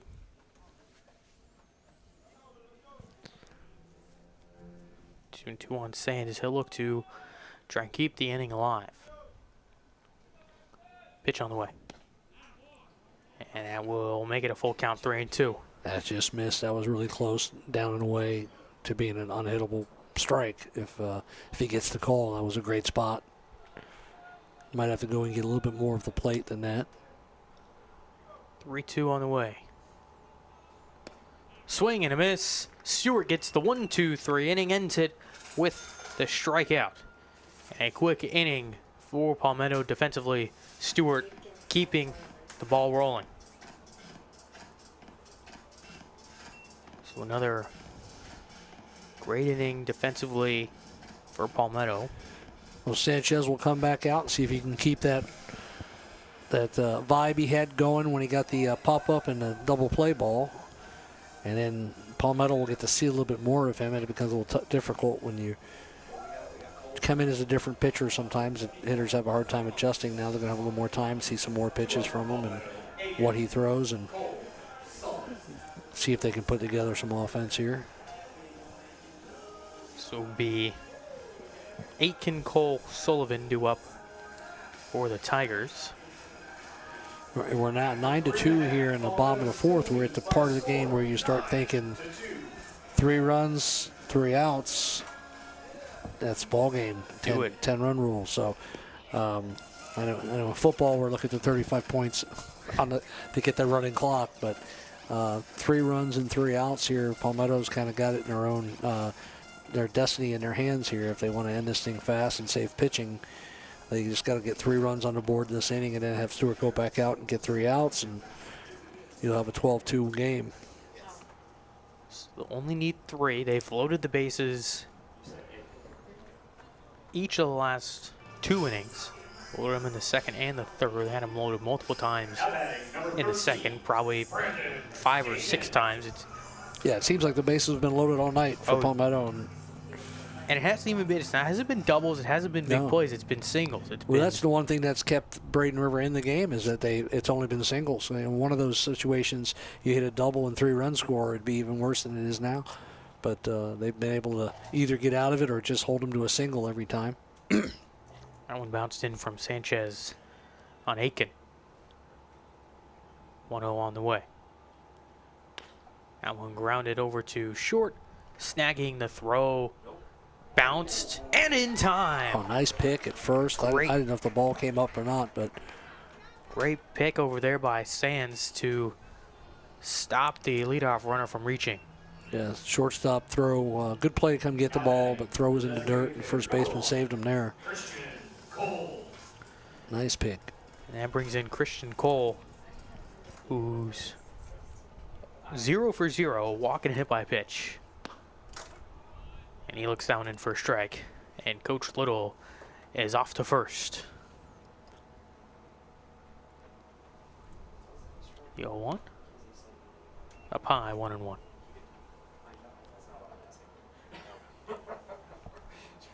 Cole looking for his first hit of the game.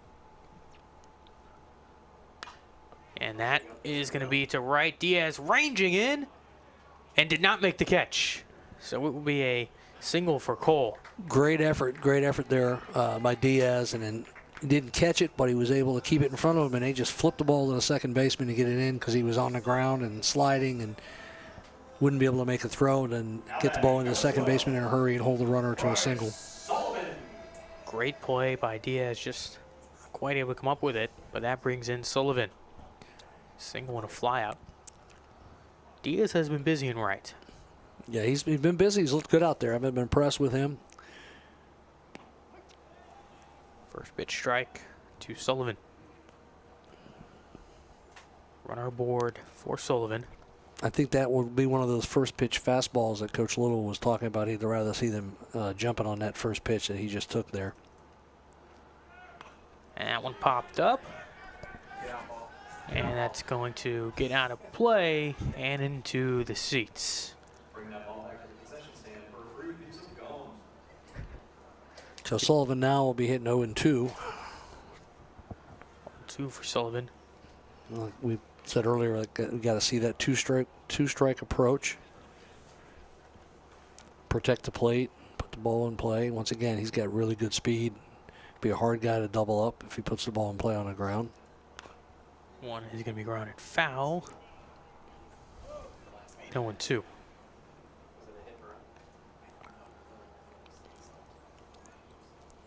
Can Palmetto 3 runs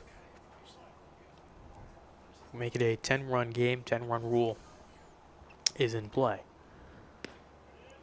And just didn't get the frame. Runner going to take off. And he's out. If he had slid, he would have been safe. I don't know why he didn't slide. It was like a delayed steal, and catcher was disappointed in the call and kind of hesitated.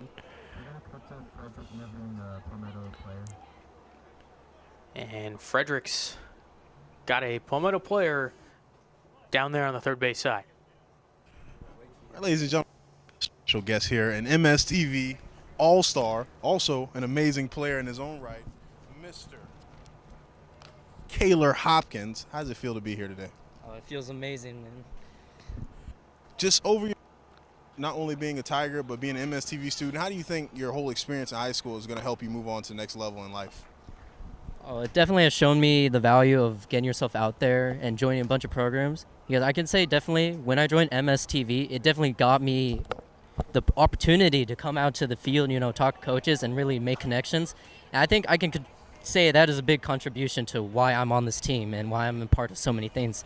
Because this and so many other clubs and opportunities have allowed me to grow and slowly build up the ladder of who I am. I know this is a big question, but for you, what do you feel your next steps are? Do you have colleges in mind, trade school? What's the next steps for the big man?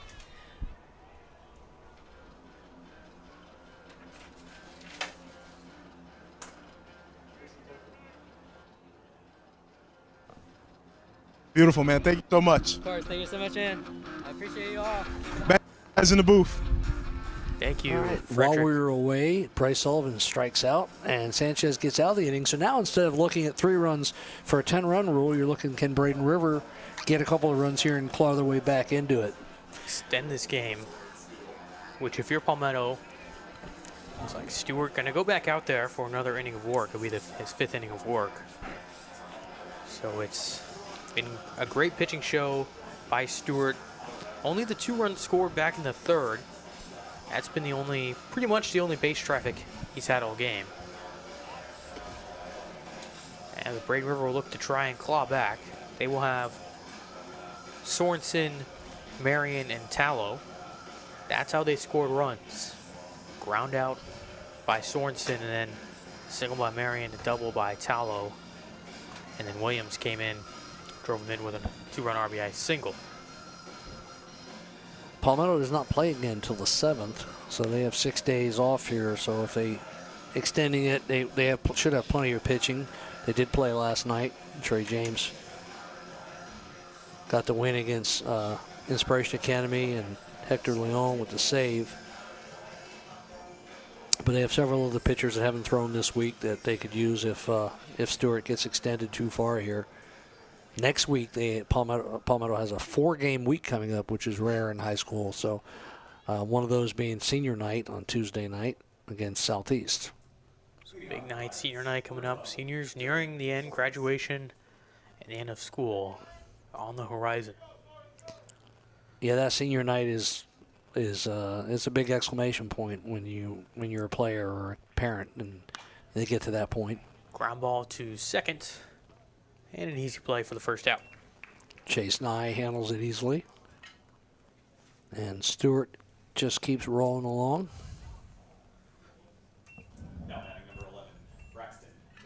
Keep talking about senior night. As a student athlete myself, it's a bittersweet moment. Long time you're playing, and then you get to that final home game or home match, and all the memories you've made along your long seasons, all these kids. And for the vast majority of kids, it's their whole childhood coming to an end. They're not going to be playing anymore. Most kids don't go on and play in college and pro baseball. So for most kids, this is, when they get to that senior night, the end of their senior year, that's the last time they'll ever play the game. So a 1-0 count to Marion. Pitch on the way from Stewart. That one is chopped into center, but on a line and snagged by Sullivan for out number 2. Playing shallow out there in center field and getting a good jump on balls and taking away what looked like base hits on line drives. Sinking liner right to Sullivan, ranged in a little bit, but nice play. And here, Stewart up trying for a back-to-back 1-2-3 inning. It will be Tallow. He will drive that to left, coming in and making the catch is going to be Love, and it's a 1-2-3 inning again for Stewart. Yeah, Landon Stewart just cruising along here, throwing a lot of strikes, letting his defense help him. He's got a lead, and since he's gotten that lead, he's been around the zone consistently. And Sanchez going to go back out there for Braden River. He's done a really good job for Braden River coming in with bases loaded and getting out of that inning, and then getting out of the next inning as well. See how long he can go. Back to the top of the lineup for Palmetto, Willis, Love, Henderson. Now he'll have to do it against the top of the order, 1, 2, 3 hitters, starting with Blake Willis. Willis a walk and a single. He's got a stolen base as well.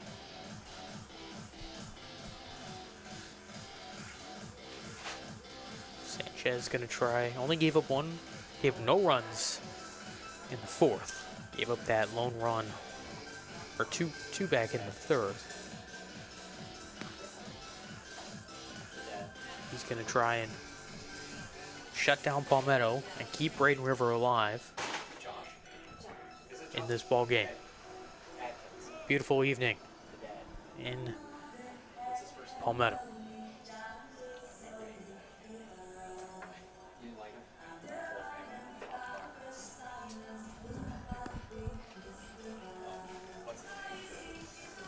Yeah, we talked about that.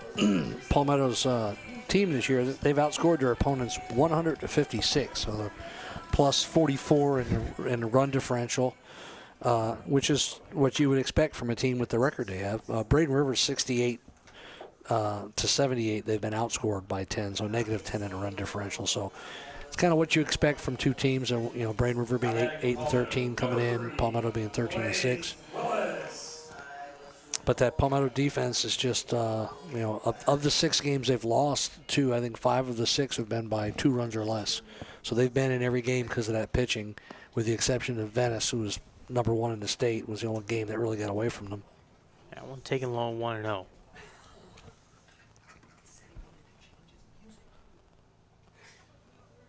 One count on Willis.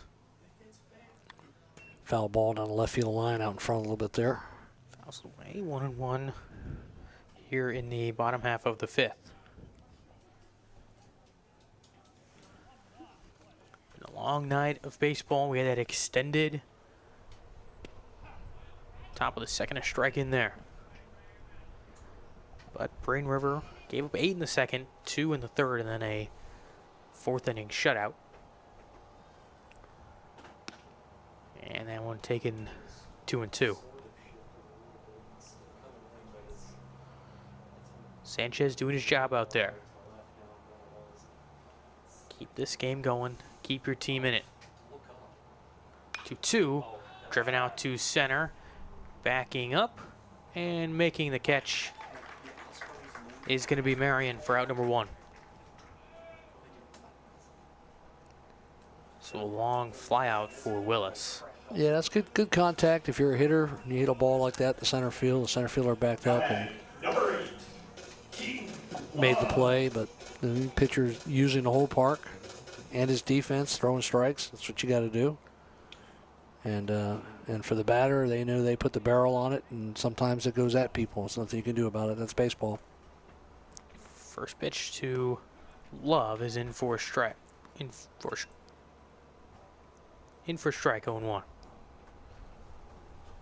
Love, a single, fielder's choice, and a walk. He'll show bunt. He'll get it down, but foul back. 0-2. There's a heads-up play there by Love. I saw Coach Glass down there clapping afterwards.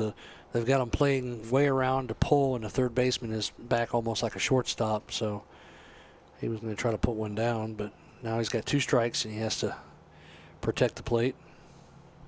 0-2 driven to the left field. That's going to drop itself foul. Remain 0-2 for Keaton Love. Started slicing, couldn't keep it fair. Long run to corral that ball. Now the long sprint back. And the 0-2 on the way. That one again. That's going to be caught just outside the infield grass. That's going to be a shortstop. Williams back making the play. Covers a lot of ground. Last time I saw Palmetto play Braden River, I saw him catch a ball down the left field line in foul territory from shortstop that he had to cover a lot of ground to get to. He's a good-looking athlete.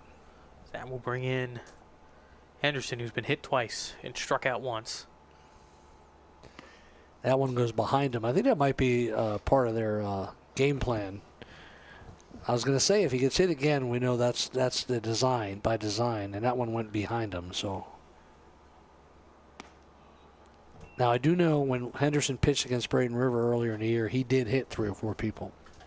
So they may be in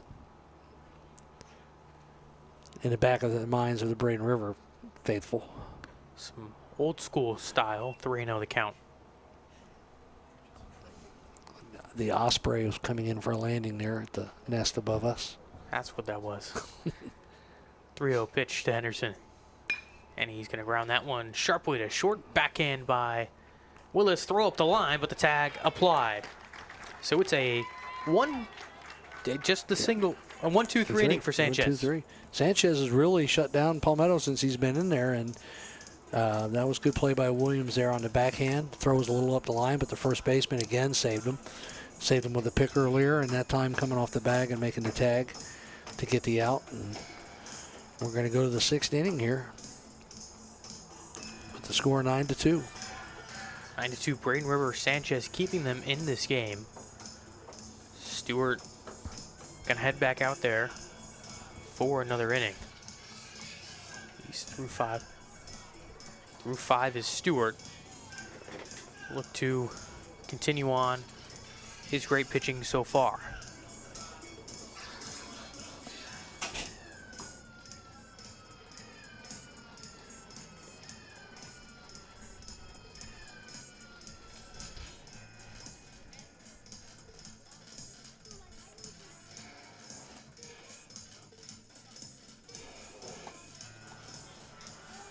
It's rather going to be a pitching change for Palmetto. They're going to be moving on.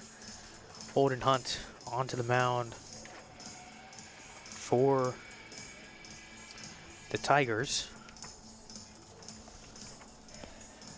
Your attention, please. Now pitching for Palmetto, number 10, Holden Hunt. Hunt coming into this game, a 3-1 record, .64 ERA. This will be his 6th appearance. So they make the change. Stewart, he goes 5, gives up just 2 lone runs back in the 3rd. He's had some great offense behind him and some great defense as well. It will be Templeton, Williams, and Diaz, the scheduled hitters for Braden River, as they try and score some runs here in the top half of the 6th inning. 9-2 lead for Palmetto. Can they tack on a couple more? But Sanchez has gone out there for Braden River and kept them in this game. Stewart's been great on the mound. They're going to turn it over.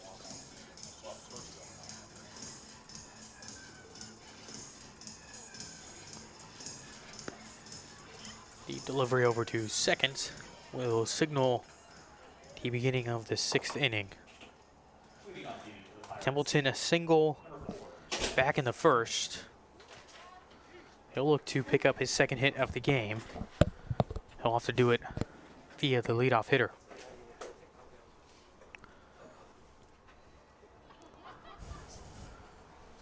Hunt will get his sign. And the pitch on the way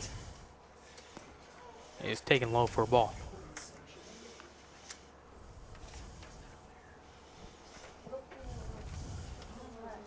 Hunt looking to keep this score right where it's at. Yeah, Hunt's a junior with a 0.64 ERA this year. He's really thrown well. 2-0 the count. 3-1 record. And that one driven right into the glove. That is over at second base. Nye with a phenomenal play to take away that line shot.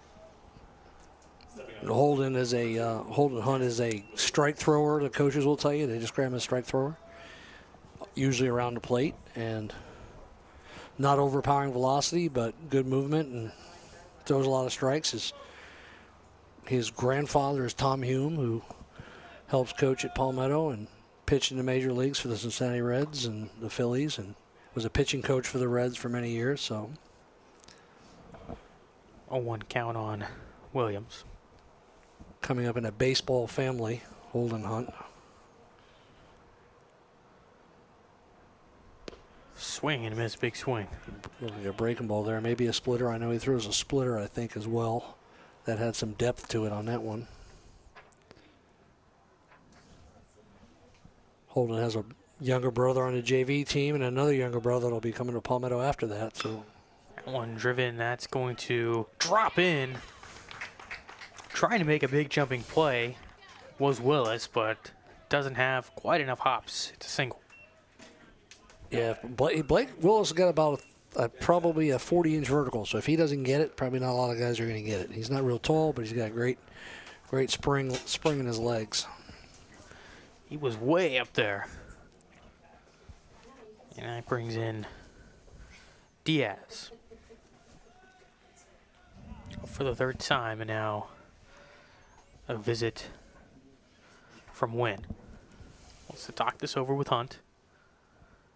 New pitcher in there, maybe a little confusion about the signs, and catcher wants to make sure that the pitcher's on the same page. He doesn't get crossed up with the runner on first. Treating back to the plate is Wynn. Diaz, excuse me, Williams does have a stolen base today, so maybe Wynn even going up there. Just keep a watchful eye on him. Yeah, reminding him to hold him on and change up his timing on his delivery. You want to hold the ball long, maybe go quick one time, and that looked like a breaking ball once again, or a splitter, something with some depth to it. We don't have the great behind the pitcher angle to see how much lateral movement there was there, but there definitely was some depth. The 1-0 pitch. Hunt sets on the way to Diaz. In for a strike, evens up at 1-1. Comes back with a fastball there for a strike.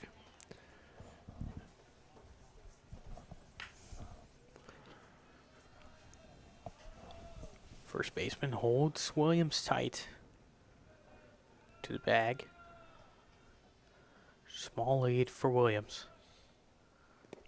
Bounced in, getting away from Wynn, and that will move Williams over to second without a throw.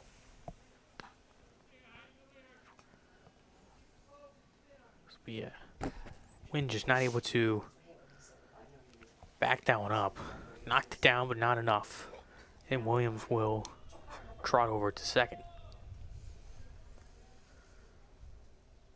Now a 2-1 count on Diaz.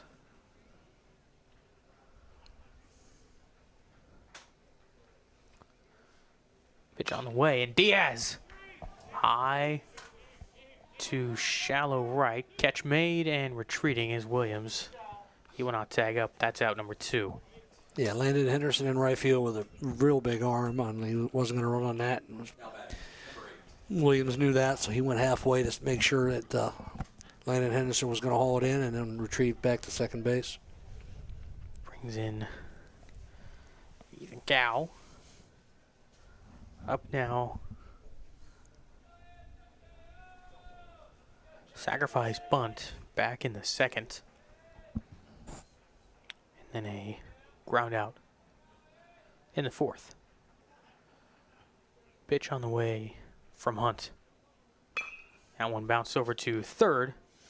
Gets in front of it, throws to first, and it gets away. That's going to bring in a run. And Braden River has made it 9-3. So the throw just a little high over there from James at third. It looked like Aiken tried to stay on the base to catch the ball, and it tipped off the top of his glove. I'm not sure if he actually came off the bag or maybe he was trying to hold the base and get the out. The throw was definitely high, though. So that brings in Sanchez. Struck out last time up. Pitch on the way. Inside on Sanchez, 1-0.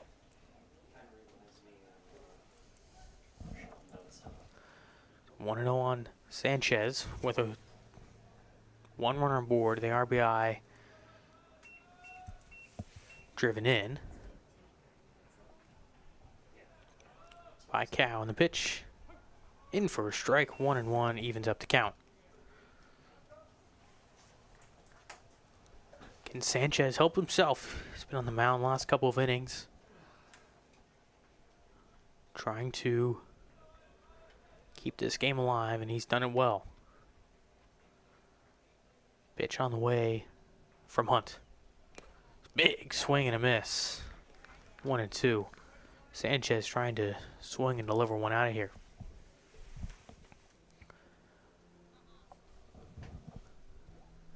Infield in, except at first where they'll hold him tight. Outfield fairly shallow. especially in center field. We've seen Sullivan all night playing a shallow center field, which allows him to take away a lot of base hits. 1-2. Sanchez rips one up the middle, and it's going to be stopped at second, and that will do it for the top half of the sixth as Sanchez grounds out. 1 run scores on the errant throw from third. It's 9-3 Palmetto. Yeah, Hunt, good inning there, and gets out of it with just the 1 unearned run.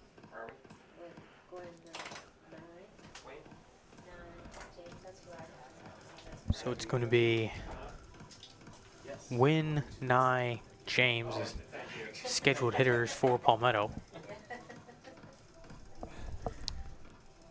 It would now take 4 runs to end the game. Would have taken 3, but it'll take 4 now. Or we'll have to go another half inning.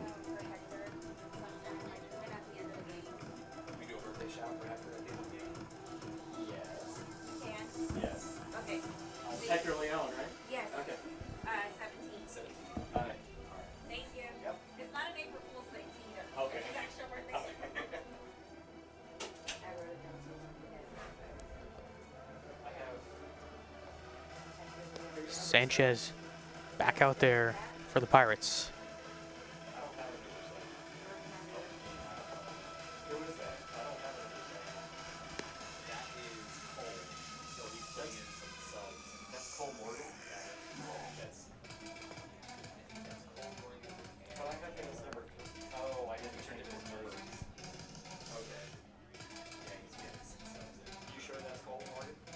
Coach DeHaan going to head to the bench with his team up 6 in the bottom of the 6th.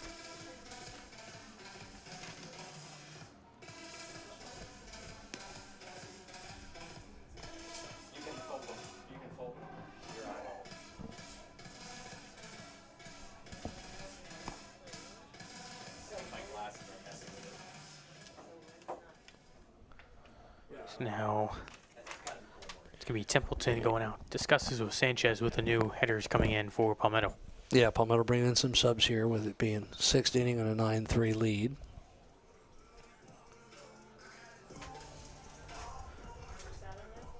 Your attention, please. Now batting for Palmetto, number 7, Cole Morgan. Looks like it's going to be number 7, Cole Morgan, in for the Tigers.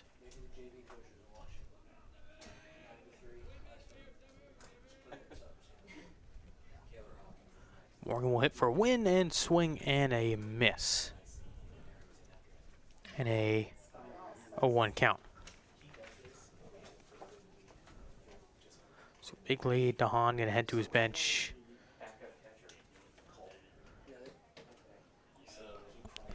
It's great that Coach DeHaan is getting these guys an at-bat here. The good thing about high school baseball is you can always take the starter and re-enter him. The umpire is saying it was a strike, I think. Did it hit? I think he said he leaned over the plate and he called it a strike. So that will make it 0-2. I've seen that a couple of times this year. I don't know if that was maybe a point of emphasis. Didn't look like he leaned too much from our angle, but no, not from here. It didn't look like it, but once it's a again, tough strike to take there. Yeah. 0-2 to count. Yeah, he took it right on the funny bone there. And did him for that a was ball. A close pitch there. A little makeup call from the home plate umpire. Morgan wears no protection. He's got no shin guard, no elbow guard, and fouls down back. It's just a piece, 1-2. Good cut there, right on that one. Fouled it back. He's still moving that elbow around because he still feels that. That's doesn't feel good to get hit anywhere. The arm, that area, one of the less fatty parts of the body too. Not a lot of protection there. Yep. And that one hit him for sure. Is going to hit him, and now he gets his base. And he waited and asked the umpire, "Do I get to go now?" So Morgan. So that's the 7th hit batter, but only 6th base awarded. So 7 hit batters, but only 6 bases awarded.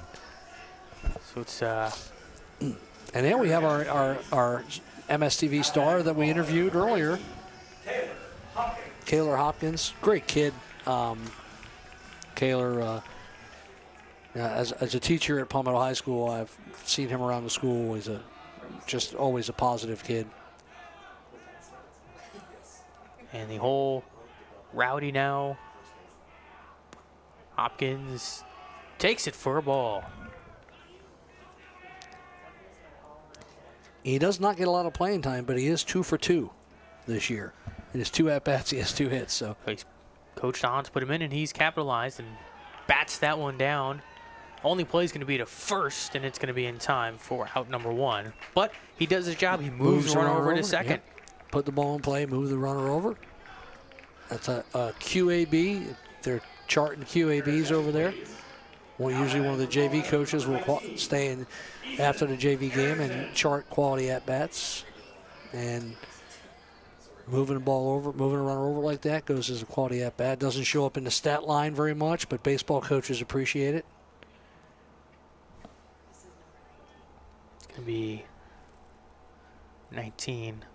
It's Ethan Arrington, I believe. It was a courtesy runner earlier. Coming in off the bench. Takes first pitch for a ball. Another guy that has not had a lot of at-bats, but he's been successful. He's 2 for 5, batting .400. 1-1 the count. He's utilized a lot as a pinch runner and courtesy runner and occasionally defensive player in the outfield, but has not had a lot of at-bats this year, though.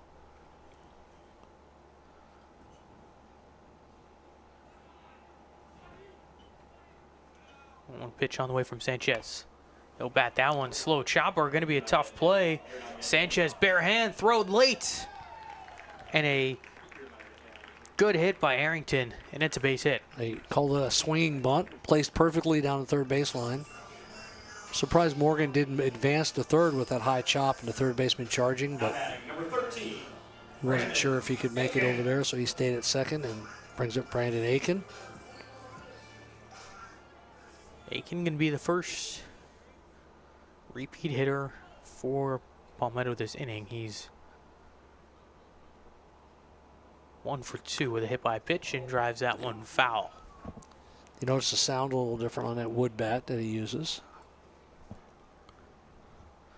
Old school style.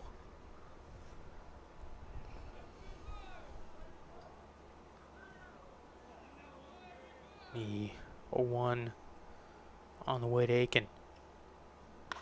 That one that's hit hard. Cracked, but on a line to Diaz for out number 2. And the wooden bats sound more of a crack than a ting. And a hard hit ball. He was a good swing on that. Went with the pitch where it was thrown and hit the ball hard. It was right at Diaz, though. And once again, we said Diaz earlier has excelled out there in right field tonight. Looked really good as a right fielder. Wearing the number 21 of Roberto Clemente, so you better play well if you're going to wear 21 and play right field. Better be able to throw some guys out like he did in the second inning, I believe it was, to start the second inning. Taken for a ball. Once they put Christian Cole up to bat. The Palmetto runner is being very cautious here at this stage in the game, not taking any chances, trying to take extra bases. So they're going to sit tight there and let Christian Cole hit and see what he does with 2 outs. Cole, 1 for 1, a single. Takes that one in for a strike. He's got a walk and a hit by pitch. So a good day for him, productive day at the plate. He waits a 1-1 from Sanchez. On the way. And he'll watch that one high for a ball. 2-1. Cole was caught stealing on his single. Back in 4th. And a big swing and a miss. 2-2. Tigers taking some big swings, but just whiffing. Trying to poke these deep. 2-2. Deal to from Sanchez and a swing and a miss from Cole. Swung out of his shoes. And out number 3. 2 runners reach for Sanchez, but he's able to straighten him out there. Score remains 9-3 Palmetto. And we mentioned Palmetto's schedule coming up. Braden River out of this game Saturday at noon. They're at Sarasota High, always very good Sarasota High team. Then Monday they host Southeast, and Tuesday they finish their regular season hosting the Riverview Rams. So 3 games left after tonight for Braden River. 9-3 lead. Scheduled is Sands, Sorensen, and the leadoff batter Marion for the Pirates as we begin the 7th. As Palmetto goes forward, I mentioned they have 4 games next week to finish up their season. They hosting Southeast on Tuesday, big rival Parrish, a district rival in Parrish, on Wednesday. Then at Venice on Thursday, and then Friday against Manatee here at Mike Van Zerk Field. So 3 of the 4 at home. The one against the number 1 ranked team in the state, Venice, will be at Venice. They played Venice earlier this year in the Sarasota tournament and lost 9-1. That was their last loss for Palmetto. Being an alum of Parrish community, the Parrish-Palmetto rivalry, very big. Even though Parrish younger school, it's still 2 teams. We just don't like each other. Don't know what it is, but the Tigers and the Bulls do not get along. Oh, I think that stems from the fact that that Parrish splintered off from Palmetto. At one time, everybody north of the river attended Palmetto up until 2020. Was it 20 or 21 that the school opened? I believe it was 21. 21. So our class of 21 probably went out there. Yeah, so yep. That explains it. We had, as a matter of fact, I was a JV coach at Palmetto those years, and we had 4 or 5 guys off our JV team after their freshman year transfer to Parrish, that were on the first one of the first Parrish varsity teams. Guys like Noah Eatman, Carson Allison, Carson Womer, JT Leonos, those guys had all started at Palmetto and were teammates with guys, and then transferred out to Parrish and played against them when they were juniors and seniors. So sometimes familiarity breeds contempt. Yes, sir. That will be first pitch bouncing for ball to Sands, I believe, is still in there. It looks like the starters that they hit for have re-entered to play defense here. So Coach DeHaan getting those guys in at bat, but then letting the starters re-enter. And like I said, taking advantage of that high school rule, you can't do it at any other level really, is take a guy out, and then if he's a starter, you can put him back in the same spot in the batting order. 2-0 the count on Sands. Pitch on the way. That one grounded over the second base bag. The throw from Willis is in time. A perfect strike to Aiken. Nice play. Went across the bag over to the second base side to field that and set his feet nicely and made a good accurate throw. And I think that's the improvement I've seen from Blake Willis from his sophomore and junior year, is he doesn't seem as rushed throwing the ball, and he's making more accurate throws. I think a lot of his errors and last year were throwing errors when he was trying to get rid of the ball too quick, and that was a perfect example of just setting his feet and delivering a strike there. Now Braden River going to go to the bench. It's going to be Jason Grant. Still swing and miss. He comes in for Sorensen. Good fastball by Hunt there, throwing it by him.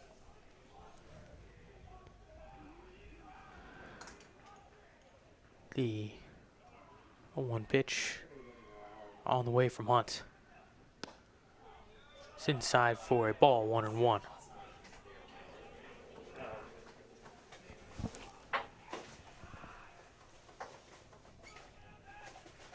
Yes, Palmetto did. Bottom of the 6th, Braden River heads to their bench. And that one bounced in 2-1. I think it's important in the program to get those guys some work and get them some playing time. And you never know when you're going to need those backups, and injuries or illness come along, or suspensions, and those guys need to get some reps to twos. And I'm amazed at football sometimes, in high school football, when the teams will leave their starters in so long and risk injury when they really don't need to. 2-2 count now on Grant. On the way from Hunt. And it's in for a strike, and he got him looking. That was a nice pitch on the corner there. And Hunt looking good, except for he gave up the unearned run in last inning, but he's been around the zone, and he's going to face the top of the order now, I believe, right? it's going to be Braxton Marion Yep. in for Braden River. 1 for 3. Taking low for a ball.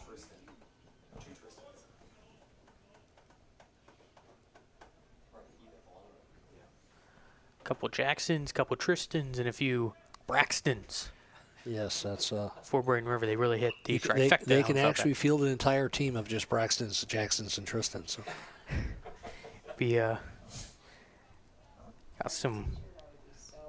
a Hanley, a Hunter, Denzel. Those are a little more unique. Pitch on the way. Taking 4 ball, 2-1. That was a good job holding off on that. He started to go and realized the ball was breaking in at his feet. Little back foot slider, it looked like, or back foot breaking ball from the righty to the lefty. It's a good job by Marion holding up on it. 2-1. Marion fouls it back. 2-2. That was a good pitch by Hunt there. 2-1. Marion knew a fastball was coming, and he got it right at the knees where he couldn't do much with it, and was just able to foul it off to the Palmetto side. 2-2 pitch on the way to Marion. Take it outside, make the count full 3-2. Good at bat here from Marion.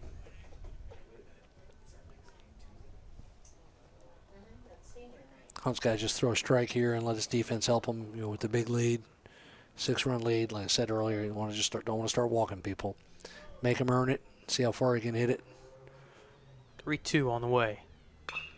That one grounded up to second, and the throw on line to first for out number 3 in a 1-2-3 inning for Hunt.